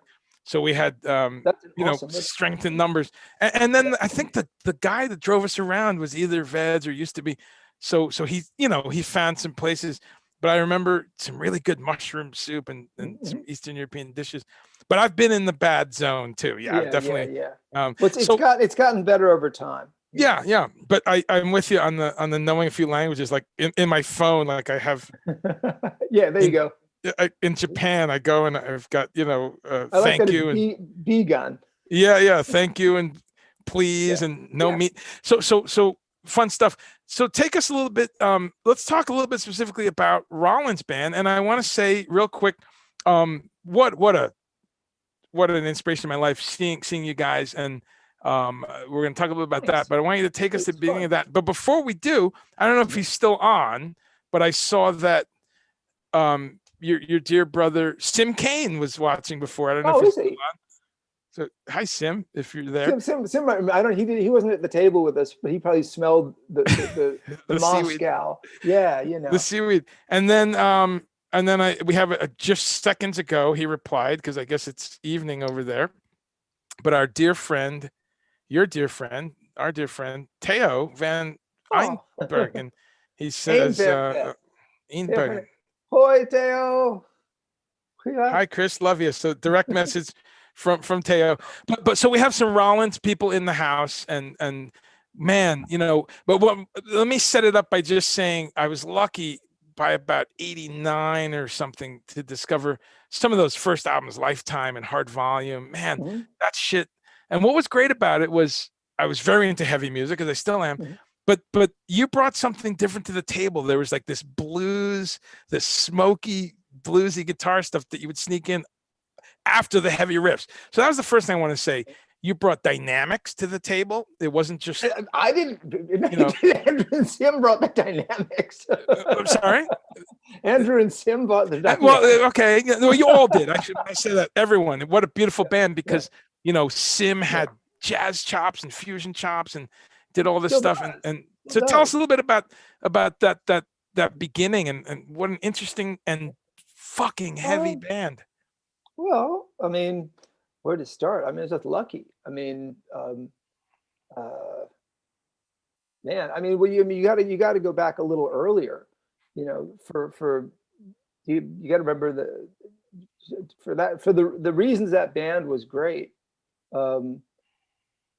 Where to start? The reason that band was great was because of the stuff that everybody had done before. Look at Andrew and Sim were in Gone. They were in Regressive 8. They were in Scornflakes, right? They had been playing together. They were just New Brunswick. They were the shit, and Henry obviously is and was Henry. I mean, so, and coming in there, I've in almost every band I've been in, I'm actually the weak link. No, I'm not being self-depreciatory. I'm just saying, they'd already had years of history together, and they had much better chops than I did. That's just fact. Okay. I came out of I'd just been in a surf trash band, right? Well, and I loved King Crimson, but didn't have the literal discipline to learn the chops properly. So it was a very, very steep learning curve, and I think but also just a really good. So I mean, a couple of things happen. You've got the incredible forceful dynamic of Andrew and Sim as the rhythm section already. Amazing. Just the chemistry that they had was already there, but they also came out of an aesthetic where they could play fusion, they could play prog, and they'd just been and gone. Right. So you've got that really hard, not jazz, but I mean it's alternative. There's a lot of odd times, there's a lot of strong dynamics, there's a lot of really interesting spaces. And then you've got Henry, who's just Henry, but also what Henry brought was a work dynamic, a work ethic that he got, I think, primarily from Chuck Dukowski, which is like, we just fucking go. We just do the work. We get it done. You go in, you destroy, you move on. DIY. And so I stepped onto a moving train, which was just, you know, I think that one of the best things that can happen to you as a musician is you get thrown in with people that are so much better than you, but you can just barely keep up, because then you learn. Yes, I love that. Yeah. And so that's, you know, I remember getting together and playing for the first time in you know, we rehearsed initially in Sim's mom's, in the basement of the house where Sim was living, which is next door to Sim's mom's house. And Jersey somewhere? Yeah, Jersey, in Trenton made the Trenton, man. Which Trenton always have a warm spot in my heart. Oh, yes. Yeah. City Gardens. City Gardens, yeah. You guys there? There's an entire Facebook group dedicated to City Gardens. I saw that because there's a documentary of some sort. And I don't know about the doc, but it's really amazing. I saw the website. Somebody's got like a virtually, I don't know if it's complete, but like a collection of like every City Garden flyer and handout. And it's just, he posts up pictures of these, and it's just incredible. You look at just 1 week. Sure. You know, and it's Toots and the Maytals. Wish I was there.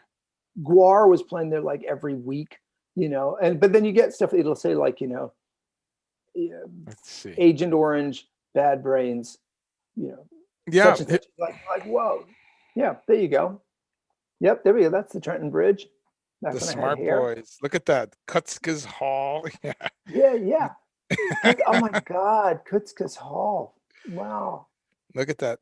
But this is a little bit after what you're talking about, obviously. But it was lucky. I mean, and so there was a certain. I mean, also there was a certain. We came with. There was already a certain amount of momentum. I mean, Henry. I think Henry, having come out of Black Flag, really didn't necessarily have. There wasn't like a fixed vision of what we wanted to do, but there was a kind of unified direction of right. to find it. Wow, yeah. I mean, what do you say? I mean, like I say, that was still I'll keep going with the musician thing, and then when that falls apart, I'll go to grad school. You know? Sure, I like it. You're still on a break. You know, and for me, I'd never toured in the States. Oh wow, yeah. But you were a veteran already. Yeah. I was a veteran from Europe, but I'd never done that, because there was a whole, it's really weird. I mean, just to digress from this, it's funny to me how fast and how completely certain kinds of like historical awareness fall away, right? Sure. I was just talking to a friend of mine, again, a woman who tour managed me when I was working with some of the guys from Tuxedo Moon. This woman, Tina Van Straten, who's just great, right? She's, I guess my age. And she went into work the other day wearing a face mask with the cover of Goo, right, on it. Oh, wow. And then Sonic Youth, right? Yeah, right. And then she posted, she said, I've entered some alternative universe where nobody's heard of Sonic Youth. Please get me out of here. Well, exactly. But it was, you think you think people haven't heard of Sonic Youth. Try mentioning, Swans, Melvins, Neubauten, Meat Jonathan Puppets, Richman, Jonathan, anything. It's almost like there's an entire decade and a half of music that just went away. Yeah, no, it's true, and I've come to grips with that because I realized that as much information overload as we had, and we're around the same age. What's it like to be 19 now with just incoming? You're sitting on this device, and it's just there's so much now. There's 40 more years of history, so I give them a little break, But I hear you that some of the big when it's musicians that I work with, and especially if they're playing music that sounds like the Meat Puppets or sounds like Sex Pistols or somebody, it's like, you should open your phone and just. But I think part of part of that is yeah. There's a part of your brain. I can't remember. I think it's called the reticulus. Okay. Not reticulus. Reticuli or. Yeah. Which there's a part of your brain which filters out what you're supposed to pay attention to and what you're not. Right. I need that. And well, you have that.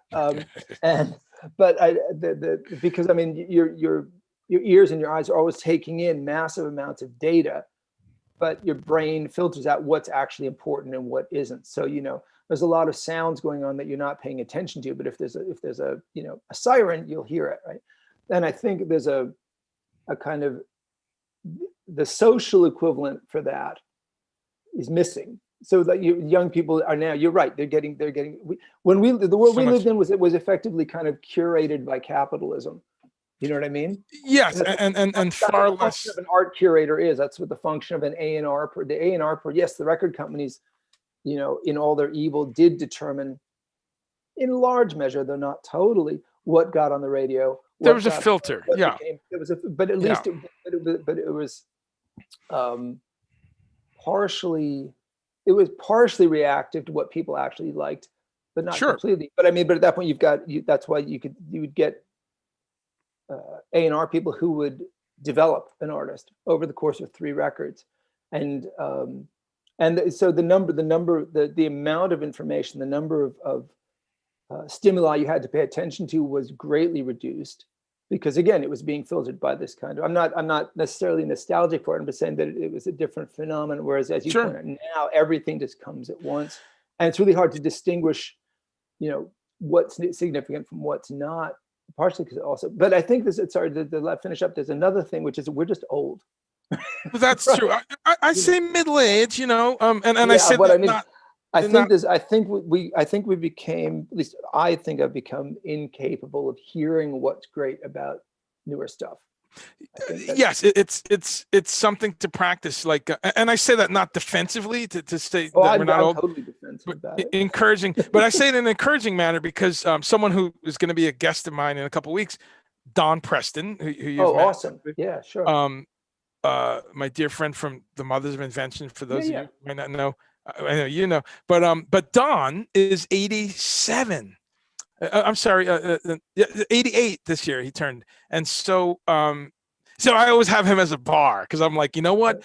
Yeah, I just talked to Don. He's excited about some weird iPhone app with synthesizers. He just bought Ableton Live. He's teaching it to himself. He got a new mixing board. So he embarrasses me because I'm like, oh man, I was feeling old before, but if this motherfucker, I know. Well, learning Ableton, I tell you a good anecdote. It's relative.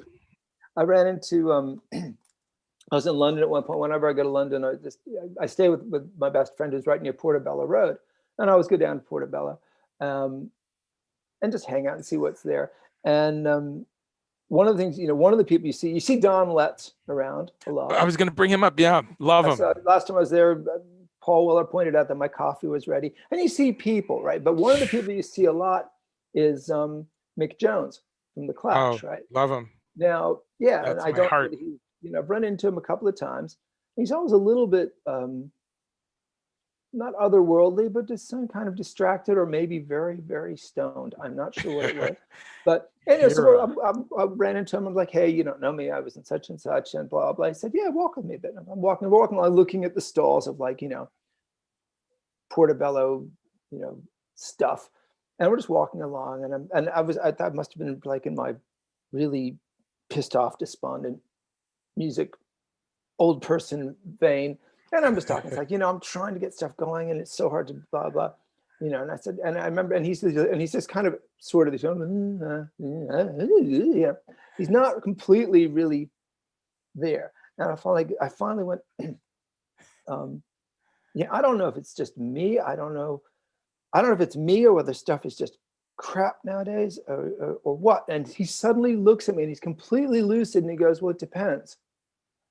And I went, on what? He said, how old are you? I said, blah. I said, it's you. You're too old.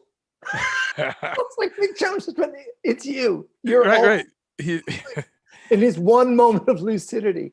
Right, out of the whole afternoon. No, there's something to that. I guess, I spend a lot of time looking around for new music, and there's lots of crap. No, absolutely. Yeah. You've got to really dig. I'm also inspired by Al Cooper, right? Yeah, Al, of course. Yeah, he's sure. he's become a friend over the Oh, past really? Yeah. decade. So fortunate because, as you know, when you're touring, you meet these people. But Al is a close friend of Adrian Belew, so he Oh, I would didn't come know out. that. Yeah. So he came out 2 or 3 times, and I've hung out with them and stay in touch a little bit on email. But Al has he has a blog. He has a web Right. email list. And what's fascinating about Al, I think he's like 72. He's talking about new bands, new music, Yeah. all still 60 years later. I He's think that so it also excited. depends partially on, for me anyway. I mean, to be frank, it depends on on what I'm doing, right? That's it. But You're making music. So if I'm making music, I feel good about it. yeah, Then I've got much more mental space to appreciate what other people are doing, because yeah. I can't remember who there was some comedian at one point who had a routine that, like, there were two kinds of drivers. There were people that were fucking idiots, and then people that were total lunatics. And nobody they were going too fast. And for me, it's either people. I remember seeing a quote from Jeff Beck along these lines as well, which made me feel much better. People are either doing stuff that I can't do, which I find incredibly intimidating and dispiriting and makes me just want to give up. Or they're doing stuff I've heard before, which makes me furious and it makes me despondent about, like, the state of the world. And it's like, so Which one do I choose? Well, it's not even a choice. It's go ahead. No. I'm just agreeing that squeeze between those two rocks. Ladies and gentlemen, if you're just tuning in, if you've tuned in recently, I'm sure you read it above, but we're here with CHRIS HASKETT, guitarist, composer, world traveler, touring the planet, playing music, many different groups. Drinking coffee. But we're talking right now about his time in the Rollins Band. I want to jump back to food for a minute. So tell us a little bit, because we always, and also, folks, if you have some questions, I saw a question or two on YouTube. Someone asked if you were a Princeton boy, but of course you were at Vassar. No, I'm originally from DC anyway. DC, right? But Princeton was but Princeton was very much on the radar. You guys played there, right? Oh yeah, of course we played there, but also, I mean, Princeton's just up the road.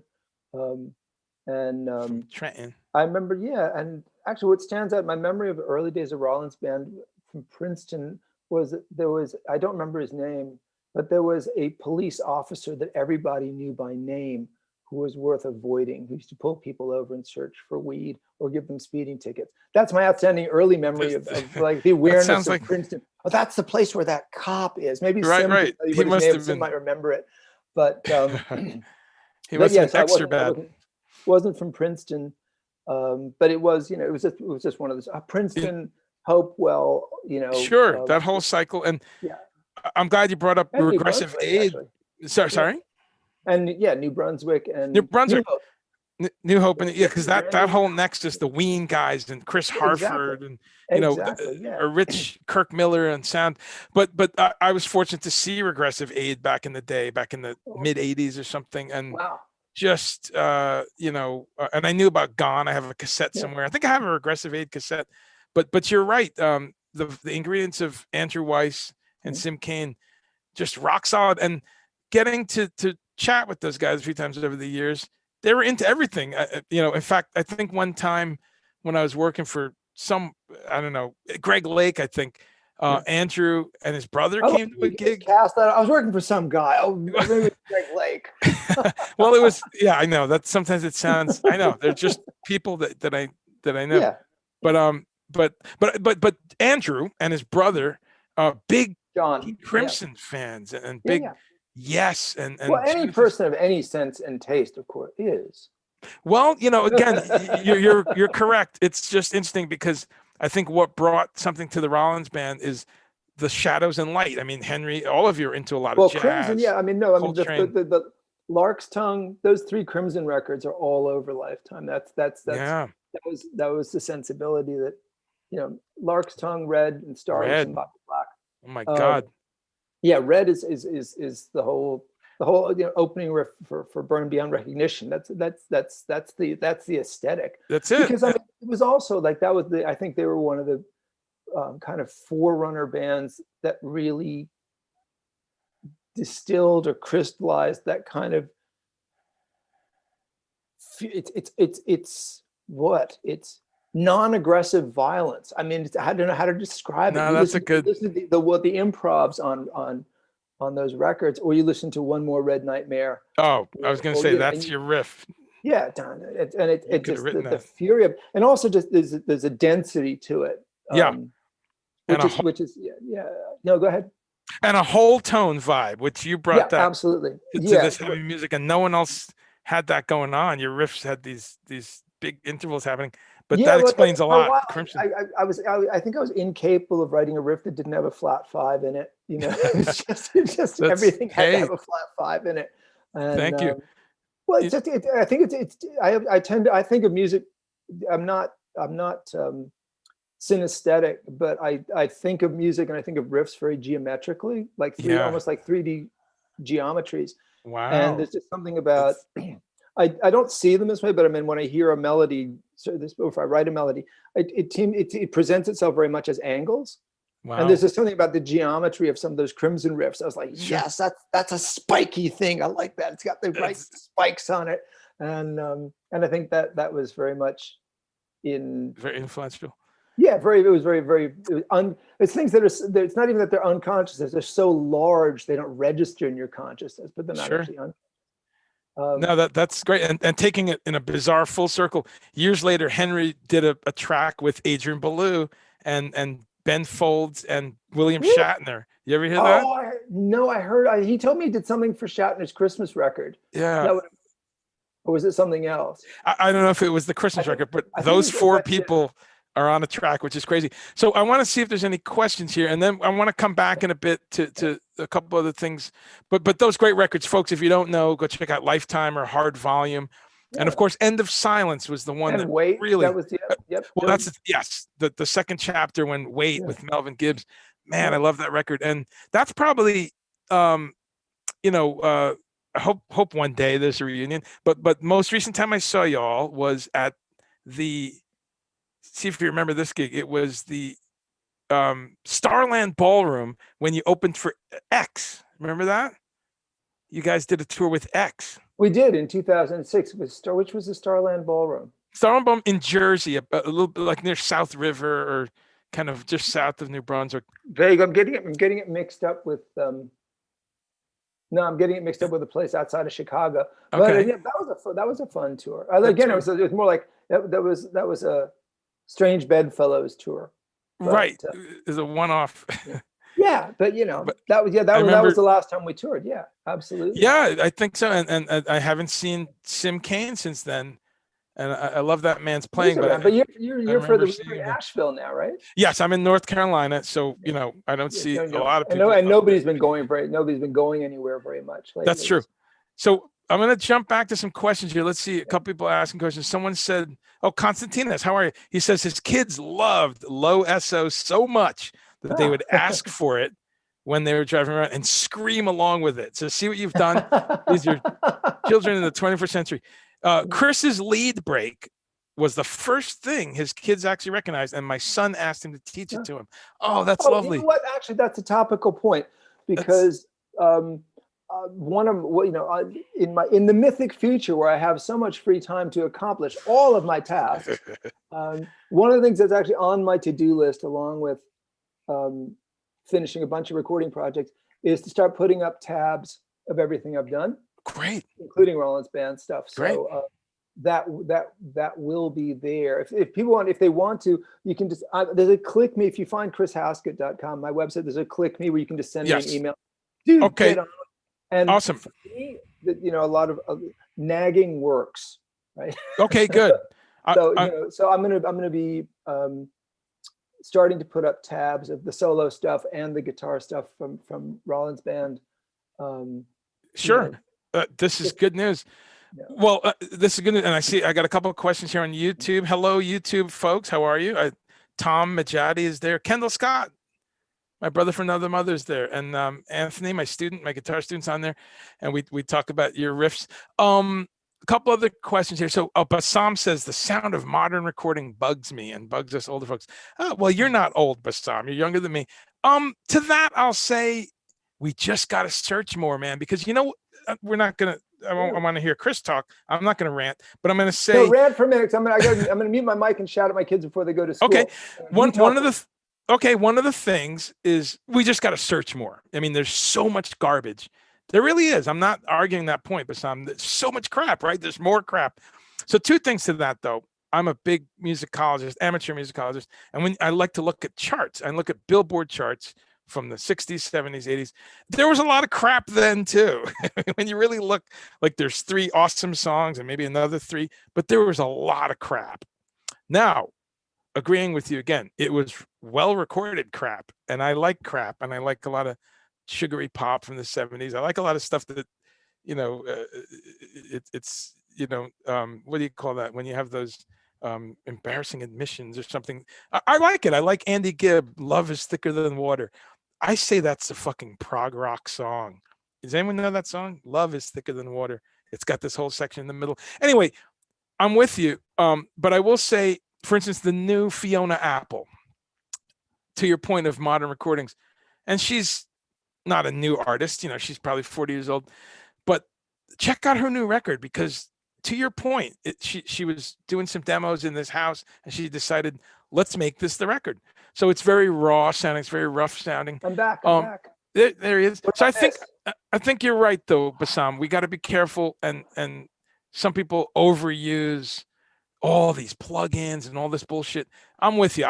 I like it when someone does keep something a little raw. This is good. Can I throw in some old man grumpiness? Please. Like, I hate everything new. Yes, we fear change. Yeah, I find that the older I get, the less stuff I use, and I find that the sound gets better. That's it. Likewise. I think it's akin to I don't think what they say when with wine tasters, as they get older, their palate gets heavier. So they like denser stuff with more complexity to it. But I think as I get older, I find I use less and less gain. Yeah. And get better and better tone, and I use fewer and fewer pedals for a start. Less and less. I use less distortion, fewer pedals, and one mic. Sure. Yeah. Find and just generally that greater purity in sound rather than greater complexity, and I think that part of the accounts for why so much modern stuff does sound there's a component, there's a sameness to it there's definitely a component of that. And your sound was always let's talk about that for a second. Your sound was such an influence on me because I have a PRS. I love a PRS, and your PRS back in the late 80s, early 90s was the first time I really saw one. A lot of people didn't. The PRS really blew up. I was an early adopter. You were, and you have all these beautiful PRSs. But one of the things I would say about your sound too is that it was pretty basic then. It was a PRS Mesa Boogie stack, right? That was after we were. When did I start using the boogies? I started using the Mesa Boogies probably around 90. Okay, I think that's the first time I saw you. No. Actually, it has to be after, because Lollapalooza, which is 91, I was still using the Marshall rack mount, the 9001 preamp. Okay. And I think not a Crown. It was one of those like really intimidating looking power. It was like an 800. It was like a 400 watt power amp, which I got from Rat Sound. No, so the Boogies actually would have come in a year later. So I recorded End of Silence with the Marshall, not a 900. It's funny. There's certain things I've just never been able to make friends with. Strats are one of them. Right? Nothing against it, I just can't play. I can't play with the middle pickup. Okay. And Tellys too, actually, because Tellys are to me like a completely different breed of guitar. They're I can play one, but I mean, to actually get a Telly to do what a Telly is good at, right? I'm not like that's like Roy Buchanan and sure Danny Gatton and those guys. They could just do that. DC was full of people like I could never do that. And JCM 900s is another one. So like really, that's interesting. Yeah, it's just never been. I just got weird hands, I guess. I can't get a good sound out of weird stuff. That's I mean interesting. out of normal stuff. And so, and even with the same boogies, I never liked Mesa Boogie. I could never like the Mark IV was the very first Mesa Boogie I could get a sound out of that I thought sounded like me. But the Mark IIs and all the early boogies that everybody loved, that's with the wicker fronts and everything. I was like, this sounds like trash to me. Not because of the quality of the amp, but you put me in combination with it doesn't work. So it was when they came with the dual rectifiers, right? That I was suddenly, whoa, okay, this works. And again, it was that, hey, you got chocolate in my peanut butter. You got peanut. It was like, hey, this PRS and this Mesa Boogie sound amazing. This works. Yeah. So that was a lucky combination. Yeah. Yeah, I remember, as you do, you come to a show and you peer over, what's the guitarist using? And I think you only had like a wah and maybe one other pedal. Always a delay. So a delay. Probably three. It would have been. It was three. It was three pedals or sometimes four. It was always wah, whammy, delay, and sometimes it was wah, whammy, chorus, delay. Simple. Yeah. And I think just. I feel less nervous soloing with delay on it, because all of a sudden you can just play a note and you don't have to do anything and something's still happening. Sure. Why do you think of the next thing? Yeah, that's a good point. I've always put delay on the solos. Yeah, and that's your experimental influence and the Grateful Dead influence. There's so many. Pivoting for a second onto some other stuff. Well, first, before I forget, because people always ask. And it's a vegetarian show. It's a plant-based show. What did you have today for lunch, and what's for dinner? Well, given that and I know you. I haven't had lunch yet. Oh, right. Also, I don't generally eat lunch, but gives us an idea for later then. For later, what am I going to have? Typical. Actually, if I do eat lunch, it's very often just raw stuff, like just some raw carrot and some hummus or something like that. Great. And I don't have a blender at the moment, so I generally make hummus, but I haven't been able to do that lately, so it's store bought. But yeah, some it's a piece of good bread, some raw carrot, some hummus. Simple. Like simple. Yeah, I like simple. Yeah, well again, but it's sort of it's like the using less distortion. Sure. Something that's fresh.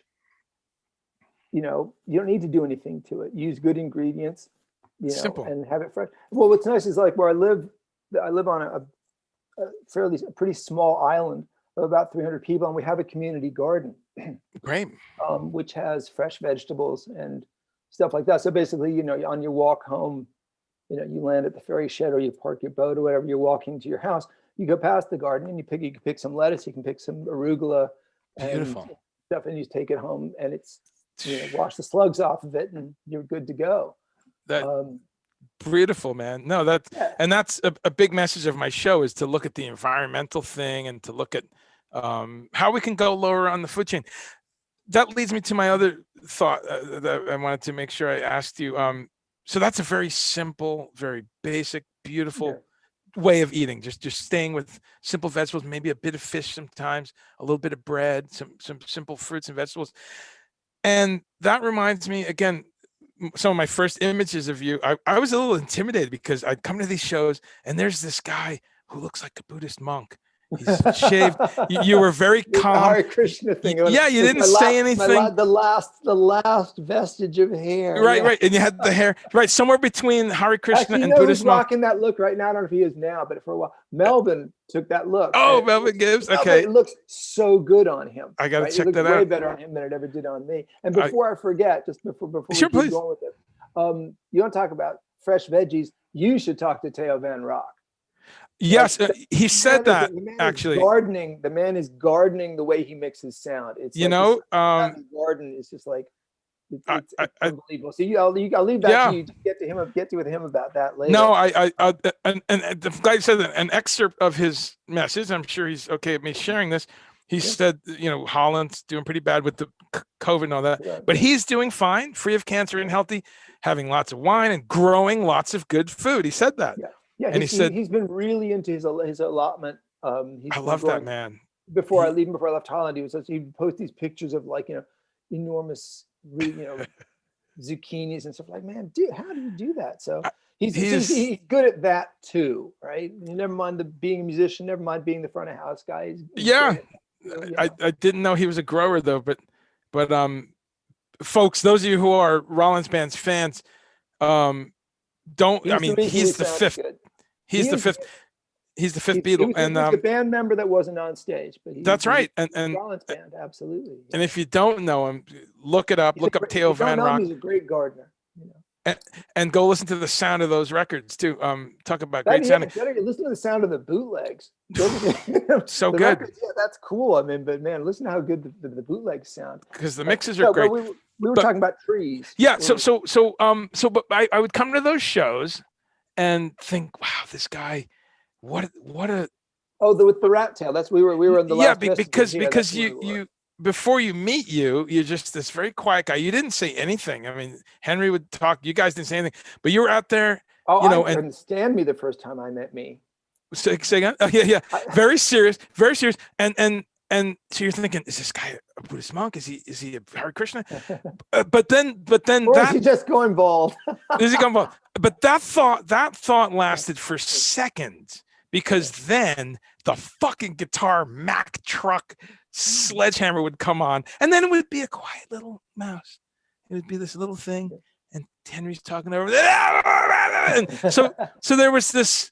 You were on this ocean of sound. You had dynamics. You had control. You were making all these great squealing noises. So then you realized, wow, what a package here, because he's totally doesn't look like any of the long hair rockers. But again, that's like I said, it's I got to stand and look pretty next to some amazing people, So I learned. I mean, of course, I brought stuff to the table, but I think, at least initially, I mean, I think I learned how to be a musician in that band, right? Yeah.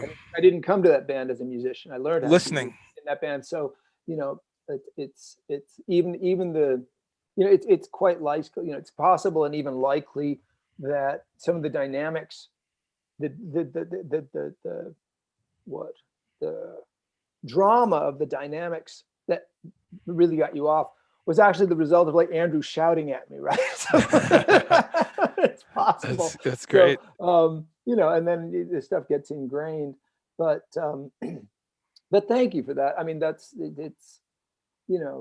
even unintentionally sometimes, it's nice to hear that you always want to hear that you did something that meant something to somebody.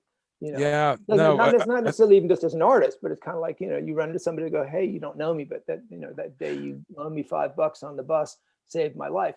It's cool. So that's, in hindsight, that tends to be the stuff that lasts the most, is like you got to pass on the stuff that people gave to you. People turned me on to some cool stuff. I saw inspirational stuff, and I was inspired and saw examples from other people, famous and otherwise, and then you go out and hopefully you get to share that. Yeah, well, it's meant a lot to a lot of people, and I'm urging folks, if you're on here, make sure you go to CHRISHASKETT.com. He's got a lot of beautiful solo records. And then send me an email telling me to update it. Yeah, that's right. Records with his band, and records solo, and records solo acoustic, all kinds of fun stuff. On the spirituality thing, tell me a little bit about that. Your discovery of Buddhism, and kind of talk. I didn't. No. The Buddhism was already here. I didn't.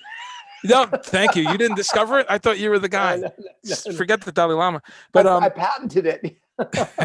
But where does that cross over in? I don't know. I think they're all kind of where does it cross over? Crosses over in I think it's a big question, but I think it crosses over in as much as a general kind of discomfort being a person, just being in the world. I mean, life is kind of awful and then it's over. There's some good bits. But no, I mean, generally, I think I joke, but it's true. I became a guitar player because I couldn't dance. right? You know, Wow. it was like, and it's I don't know, when you were in high school, you know, were you the misfit, or were you the, like, you know, Serious misfit you think, yeah, I mean, this on is just several like a levels. full. I remember the first time I met Kim Thile. That was like, you know, I was like, hey, when you were in high school, could you dance? It was like, of course not. Why do you think I play guitar? Like, so I think that a general broader sense of not alienation, but outsiderness, and what lack of a good fit in the world, in a way, Sure. is partly Sure. what made me a musician. Right. Right. And that sense of never completely being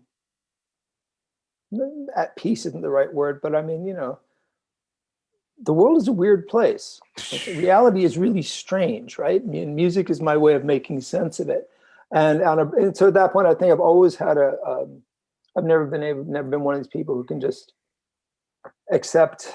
I don't know if this is a really hard thing for somebody who's as verbose as I am. It's really hard to put into words.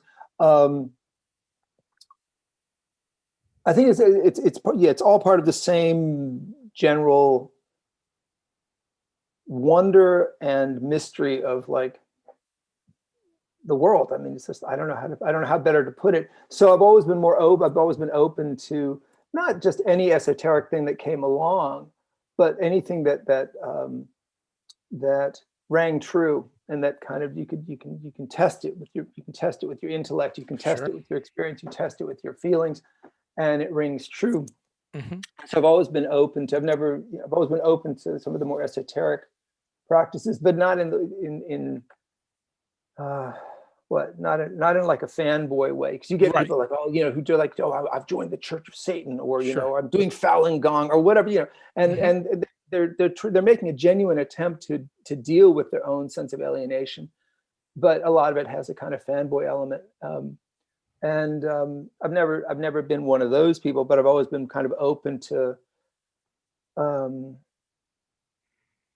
paths that can help you make sense of everything. And Yeah. the first time I saw a Buddhist Lama, it might have been the Dalai Lama. I remember coming away just kind of going, that was nearly it. That's not quite it, but that was nearly it. Wow. It was actually only when I actually saw a different Tibetan Lama from a slightly different lineage, and I just like, it's like, this makes sense. This I want to check this out. Not, oh my gosh, I'm home. These are my people. There's more Sure. like Opening. You know. And again, in that saying, I remember the very first thing I did at the lecture when it was over, because this guy was talking. And again, I think it was, for me, it was a similar experience to coming from a small town, and you know, being gay and coming from a small town and discovering there's an entire world of you. Sure. Right? But you know, that revelation of, like, people going to, like, you know, if you were a gay person, you come from like the rustic world, and suddenly you're in the West Village, right? Right. So, Okay. so I would go to this lecture, and I've already seen the Dalai Lama, and I've done a fair bit of reading, and there's this Karma Kagyu Lama, and all of a sudden, it's the same, like, oh my God, there's an entire vocabulary Community. for the questions I'm asking. There's an entire group of people who are addressing this issue. Don't necessarily agree with it. And, you know, I remember going to, and just at the very end of the lecture, it's taking questions. I put my hand, and I asked the hardest question I could, you know, which had to do with the, you know, the name. Just doesn't matter what it had to do with, but anyway, and he hit it back. You know, because usually you deal with like spiritual, religious people, and they go, well, it's, you know, that's a very good question, or they're evasive somehow. And he was just like, he was intellectually engaged, and he was like, no, that's a good question. There's a name for that, and it's blah blah blah. And if you look in such and such text, you'll find an argument that it puts it this way, and not the argument that puts it. And I was like, wow, he answered. I can go check this out and test it for myself. So, so the Buddhist thing actually came along later. Right. In my life, long back after the Rollins Band thing, but I think that the openness to it was always there. Sure. And I think that some of it's aspirational. You want the nice things to be true, and it's really great when you discover, you kind of go and test them, and find, well, maybe they are. This is kind of cool. So I do a Tibetan practice, the Shine Laktong. I'm a terrible Buddhist. I'm really lazy. I'm doing the best I can. Maybe and And it also actually had an interesting effect, not so much on my playing, but on performing, where Okay. I remember this actually goes back. I don't know if Sim's still watching, but Sim Kane used to take a Sharpie and write the word shuffle on his snare head. Oh, just to remember. Remind him. Yeah. And that's good. On set lists, partially keeping that in mind. Whenever I do a set list now, I always write the word gift on it, right? Because at that point, you kind of like I was saying earlier, about you don't know what the effect of whatever you do is going to have on other people. Sure. If you make a gift of all of it, you make it an offering for the whole thing. Then you're just good, bad, and indifferent. Because you go up there and you're up there and you've just played a whole set's worth of clams and you feel like shit. But you know what? Maybe there was some of the audience who needed to see somebody else fuck up. That was their, they needed it, I remember, and maybe it's at that point it makes it a little bit easier to get rid of the, I don't know. I mean, nearly 60 years old, and I still walk off stage, and the only thing I can think of are the mistakes. This is what you fucked up. Yeah. No, well, that's why do I do this? But it makes it a little bit easier for that to dissipate more quickly. Right. And also and it makes it easier to recover from, you like I said, you're playing the beautiful solo, and then all of a sudden it's like clunk, oh, ow, stop, ow, that wincing pain of like screwing up. It makes it easier to laugh at yourself and go, just keep going, yeah. So I make so that's the only way that's noticeably gotten into the affected the music, into the art.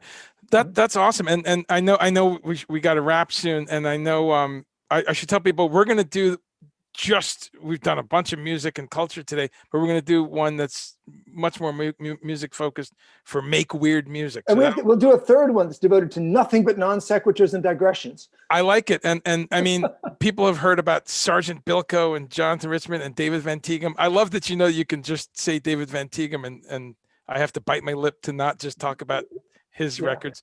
But I wanted to make sure people know too that you've got this wonderful acoustic side of stuff happening, and let's see if I can get the technology. Can we? Hey, let's see. There we go. If I can. I can hear myself talking. Playing guitar. If I can kill. Side of stuff happening. You can kill the person you're talking to. Yeah, hang on. Oh, is that from the art gallery? It is.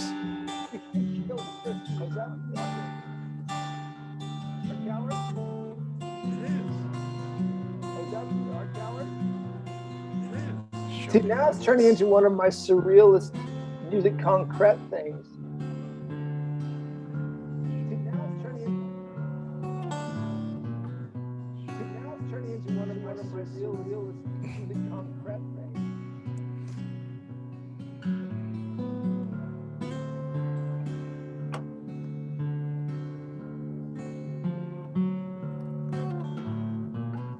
So folks should look this up. If obviously you can see the YouTube link.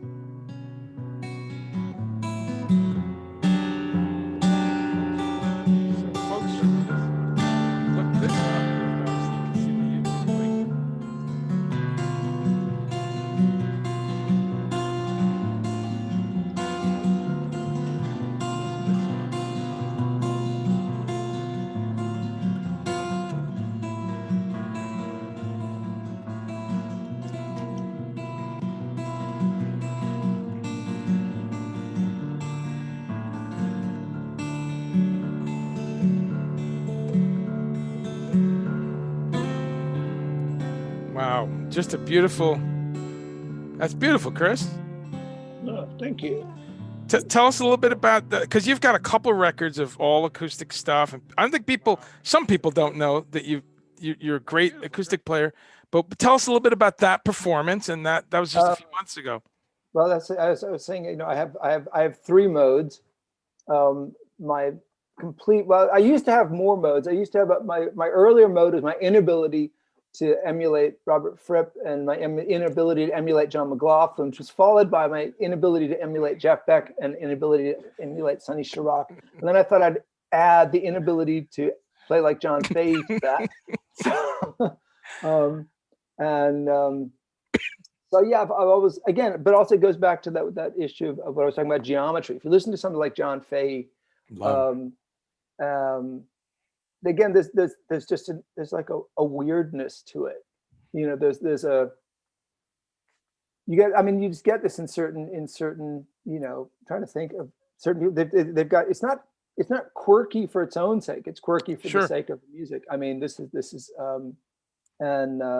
Fay grabbed me, really did. And I've always, you know, I'm grateful that I have moments where I'm so unashamed to go out and ham these things out. I put them out while I'm not looking, and kind of listen back to them and go, but that's, you know, that's life. So yeah, I've always loved that stuff, but never had the discipline to learn proper finger picking. So, you know, I learned improper finger picking. Well, and you know, but again, it's doing things differently. So I mean, for me, the real eye opener was when I discovered some of the open tunings, mostly open D and open G, and started playing standard chord shapes over them. And all of a sudden, you know, the portal opened, and I was like, wait a minute, this is how Blind Joe Death starts. This is how some of the early John Fay's, like, this is, you take a C-shaped chord or C7 and play it in open G, and all of a sudden it's weird. Yeah, you suddenly and you're suddenly you stepped through the mirror. And I was playing acoustic. When I was living in Australia last time, which was about 10 odd years ago, it was really hard for me. I was living in a place where there weren't a lot of musicians, and I was having to drive like 4 hours to go rehearse with anybody to have a band. And so I just started playing a lot more acoustic stuff. Sure. So I'd have something to do, and I could just go and play. Because I mean, one of the nice things about, I much prefer playing in an ensemble, and I much prefer playing electric. But if it's the choice between, you know, not doing that and not playing at all, right. So I was like, well, at least this I can do, and just throw stuff in the car, you know. And also, like, whatever money there is, I can just put it straight in the gas tank. I don't have to I don't have to embarrassedly give everybody their $10 for the night. No, it's so I got to the point where I was doing enough acoustic stuff that I was playing regularly enough that I actually developed nearly enough facility to play stuff the way I wanted it to be. But for me, the ramp up, the learning curve to get to playing acoustic again is much steeper than it is for electric. I think my calluses come back faster on the acoustic, but only on my left hand.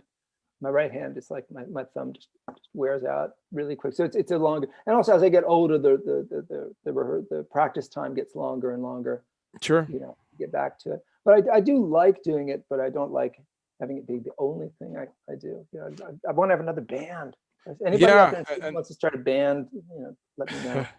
Yeah. I will. But I know you've got a couple projects coming up, and again, CHRISHASKETT.com. People should stay in touch there, and people should bug him to bug update. me.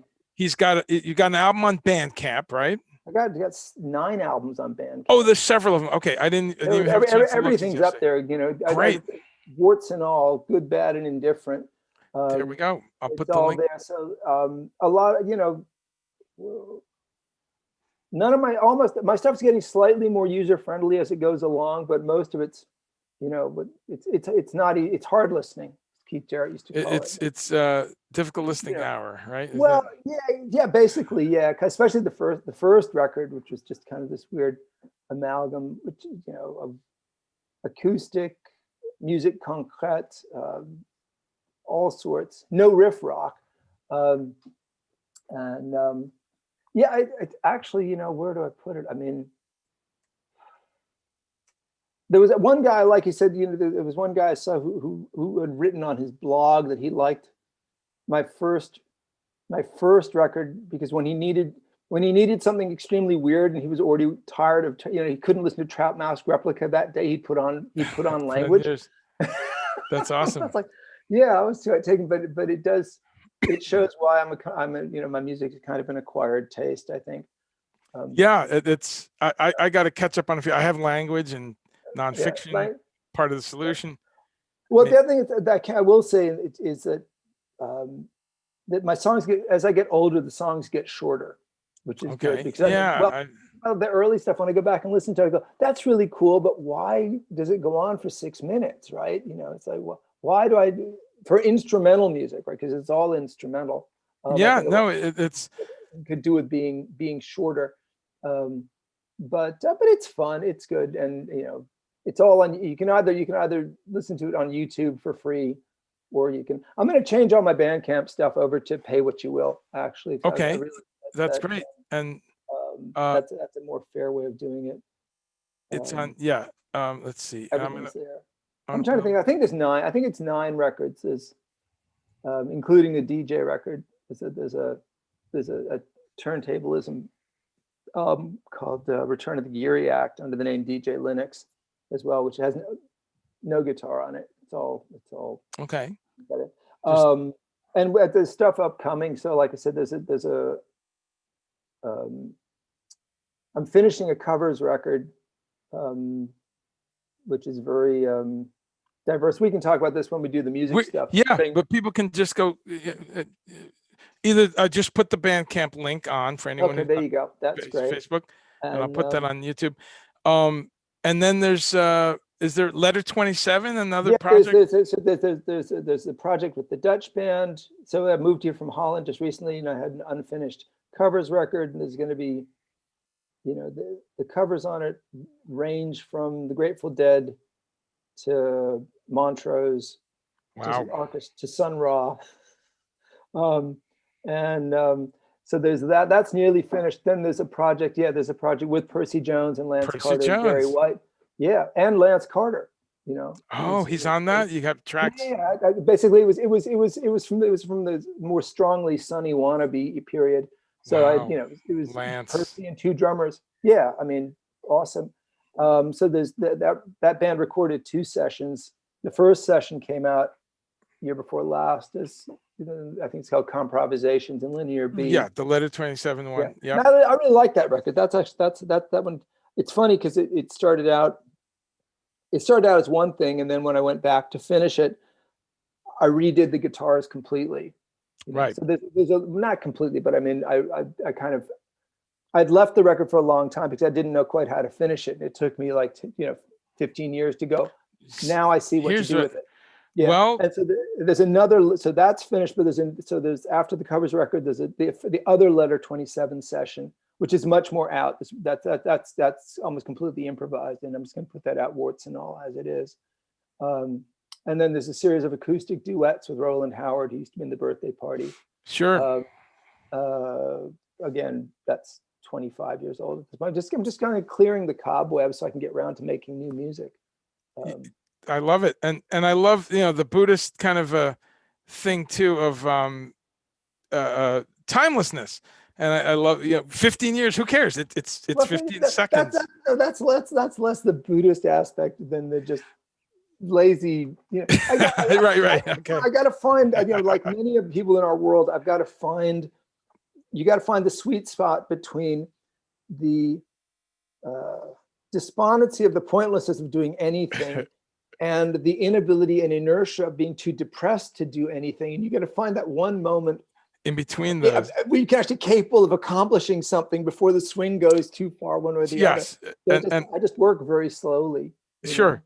And that I'm being slightly humorous when I say the Buddhist concept of time. That's actually almost disrespectful, but I love that your response is nope. I'm just lazy. Which the Dalai Lama would say. This is important. I shouldn't say I'm lazy. I think I've learned to live with. This is just how I work, And I work faster if I don't beat myself up for not working faster. Sure. No, that's honest. Well, it's not just because depression is something that people live with. To me, it's like at this point, it's like having rheumatism or something. Like every once in a while, I can feel it coming. I'm kind of go, I'm not going to get anything done for a while. And if if I just kind of go, this is just what's happening right now. I got to just weather through it, do what I can in the meantime. Then it ends quicker. Yeah, no, that's like honest. I was saying earlier about making a gift of your own mistakes, then you get past it quicker, and you can just get on with what you need to do that little bit sooner. And so with depression, I'm not massively depressive the way I used to be. Also not massively anxious the way I used to be, which is a nice balance. That's great. But the speed with which I can actually accomplish stuff and get it done is a little bit better, just because I don't beat myself up for feeling guilty for taking so long on it anymore. So sure, that's it. So what were you saying? Well, I was jumping around there, but yeah. Me too. I was kind of going through, making sure people know that there's some acoustic records, there's some other stuff, and just kind of in wrapping up, just making sure that we had some links there, and I put the Bandcamp up. I guess as we wrap up, and we've talked about some great food stories in Moscow and growing up vegetarian, and so I always ask people, like, what are some of their favorite cuisines, like Japanese food, Italian food, Middle Eastern food, Indian, Mexican. Indian. Yep. That's absolutely. It. Easy answer. No, that's not anything. Taste. I go through phases, but I mean, I can always eat a good curry. Always. Oh, I love it, right, bro? And but like I say, a lot of the time, I just like raw stuff. So I mean, right. Yeah. Gosh, I mean, simple, but I think on the other hand, it depends. You miss what you haven't got. So right now, after 9 years living in the Netherlands, where food is really bland. Okay. They're not into spicy unless you go for Indonesian food. Indonesian, right? Other than that, you can find stuff, but you'd go like, if I've never been in a country where they could make Indian food bland and expensive. It was really weird. Wow. But now that getting to having been outside the States for more than a decade, I'm chili relleno burrito, right? I'm missing like Southwest serious Mexican food, and not anything, because Australia is great for Asian food. You and I had a great curry. I've had great Mexican food here, just not around here. Okay. But also, it's just it tastes different when you're back home. Yeah. There's nothing like a San Diego burrito or something. Exactly, or Texas. But okay, we share that. Nothing particular.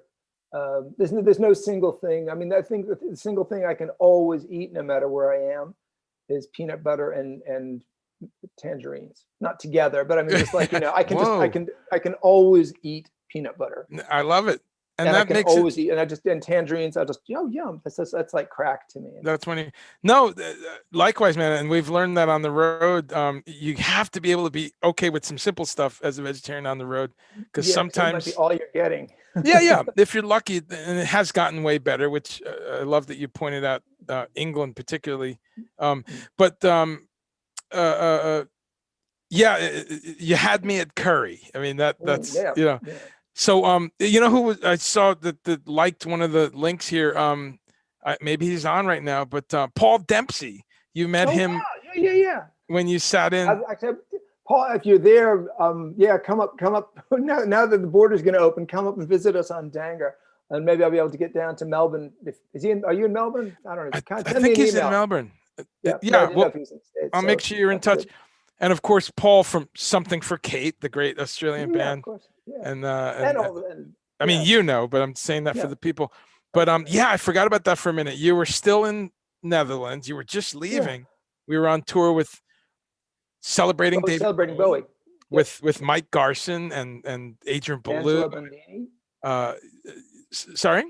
Yeah, and Scroat, and we had Angelo Moore, and Joe Sumner. Come on, Carmine Rojas, right? Carmine Rojas on bass. That was my peak moment right there. I mean, it was nice meeting everybody, but being on stage and looking across and seeing Carmine Rojas and Jerry Leonard and Mike Urbano on drums from Bourgeois Tag and Todd Rundgren. But my favorite moment was we brought you down to the show. You came up and played. You had the 9-string PRS. You played on Suffragette City or something, or Ziggy Stardust. So you came in 5 years. Right. You came in 5 years. And I said to Scro, my boss, I said, hey, my dear friend Chris is going to come to the show. He plays on Bowie hours.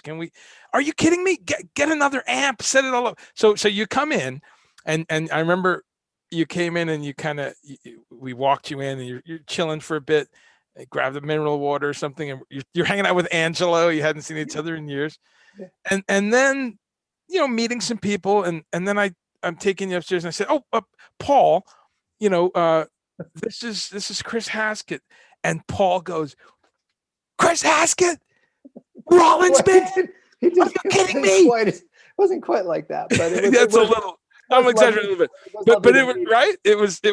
He flipped. He's a good guy. I love Paul, but I love that. We hadn't talked about this. I didn't know he was into that. And he kind of exaggerating just a little bit. We had a lovely dinner. It was a really nice introduction. No, but he stopped you though, and very calmly. I mean, he kind of said, "Dude, your guitar playing, what you did." He really was and I was like, it was a very nice surprise for me. My standout memory of that place, that was the Tivoli. That was actually that was a different room, but it was the same place I last saw Soundgarden. Oh wow. But anyway, the loading bay, I don't know if you remember this, like the loading bay at the down Tivoli inside. Where you can now park your bus and your truck in. Somebody had written in like 2-meter letters, "Hello Cleveland," in black duct tape on the cement wall. Yeah, I remember that. I got a picture of that somewhere. That's funny. Let's wrap up. Yeah, absolutely. Yeah. That's a funny place because you go in and you enter through the basement, so you don't have to see daylight sometimes. I've been there and never been in the light, but yeah, man. Look, this is wonderful. We could go. Really fun. It's always fun to talk to you. But thank you so much. I don't know who's still out there, but Sim and everybody. Yeah, the tricky part about this, I always got to just set up time because the tricky part is people are coming in at different times. So there's probably 50 people watching, but some of them might have only jumped on 20 minutes ago. So I leave it up. People can watch it later. Yep. But let's go. We'll talk about guitars and nerd out on that stuff soon. Absolutely. Yeah. We'll do this again. So in closing, folks, Chris Haskett, thank you so much for your time. Yeah, folks, Andre Chumley, thank you so much for your time. And Paul, drop me an email. Paul Dempsey, the man. But people should go to chrishaskett.com, chrishaskett.bandcamp.com. I put it all up there. Find out about this man. He's still doing lots of music as we speak. Yep. And I need a bassist who's into P-Funk and Miles, 2 percussionists, and a drummer in the Sydney area. And in the Sydney, Australia area. Yeah, to play very easy. Music. There we go. As you do, right? Okay, I'm gonna run. I'm gonna go get dressed. We'll talk soon, bro. Take care. Everybody out there, take care. Take extra care at the moment. Don't forget to vote. Right? Yes, vital. Wear your fucking masks. Look after each other, and everybody take care. Andre, let me know. We'll set the next one up. Absolutely. You go ahead and hit end, and then I'm on for a couple more minutes. Okay, cool. See you later, buddy. See you later, bro. Thanks again. Ladies and gentlemen, I don't have to say it again, but I will. What a guy. What a fun and beautiful human being. Mr. Chris Haskett. There we have it. If you don't know who he is, or you just know a little bit, please, we live in a beautiful time because in a half hour, you can go look at Wikipedia and go to the bio on his webpage. And then for another half hour, you can watch videos of his own band, him with the Rollins Band. You can listen to him with David Bowie on the Hours record. And that story we just told at the end, there's video on the web of that. If you punch up celebrating David Bowie, Tivoli, Netherlands, 3 years ago. But for you music fans, just another person to learn about. And we're here talking about meatless food. I know for some people there's not enough of that, but hope we weaved it in there for those of you who and learned quite a bit. What a great approach he has to life in general, but certainly to being on the road, being vegetarian on the road, and working with that simplicity. And I love that he tied it in, that simplicity, also how he's approaching his guitar world, keeping it simple, very simple. Don't need to be complicated with all this stuff. So that's a beautiful thing that I'm going to be thinking about, that the tie in there to food and being an artist, keeping it simple, So let's see if there's one or two other questions. I'm going to go, and in terms of the holistic picture, I'll be doing yoga in 20 minutes. I got to get going here and just chill for a bit and stretch a little bit. But thank you all so much. It's I say it to you every week. I would be sitting in my basement if you weren't here, and I'd be, just going like this and, making noises. Better than that, but you get the picture. But I really appreciate that people are. Let me just turn this off. I appreciate that people are stopping by, and that we can do this. And we're going to keep doing it. So next week, for election week, I've got a rare political kind of a one guest who crosses over, my dear friend Kim Roney, who's running for council here in Asheville, North Carolina. And Kim's also a musician, a music teacher, just a beautiful human being. Again, just a beautiful spirit, very kind, and very dedicated to change. So she's decided to get involved in politics. This is her second time running for council, and I'm happy to say I voted for her. I went and voted already. But she's going to come on, talk a little bit about local politics, talk a little bit about sustainable agriculture and just inspirational things. Kim also is a plant-based person, as is often the theme here. So she's going to talk about some of her wonderful recipes that she always shares on Instagram. So she's someone who has a real intersectional view of like humans moving forward, cooperating, sustainability, carbon footprint, a lot of things. I don't want to speak for her, but those are the kind of things I pick up on when I check out her work.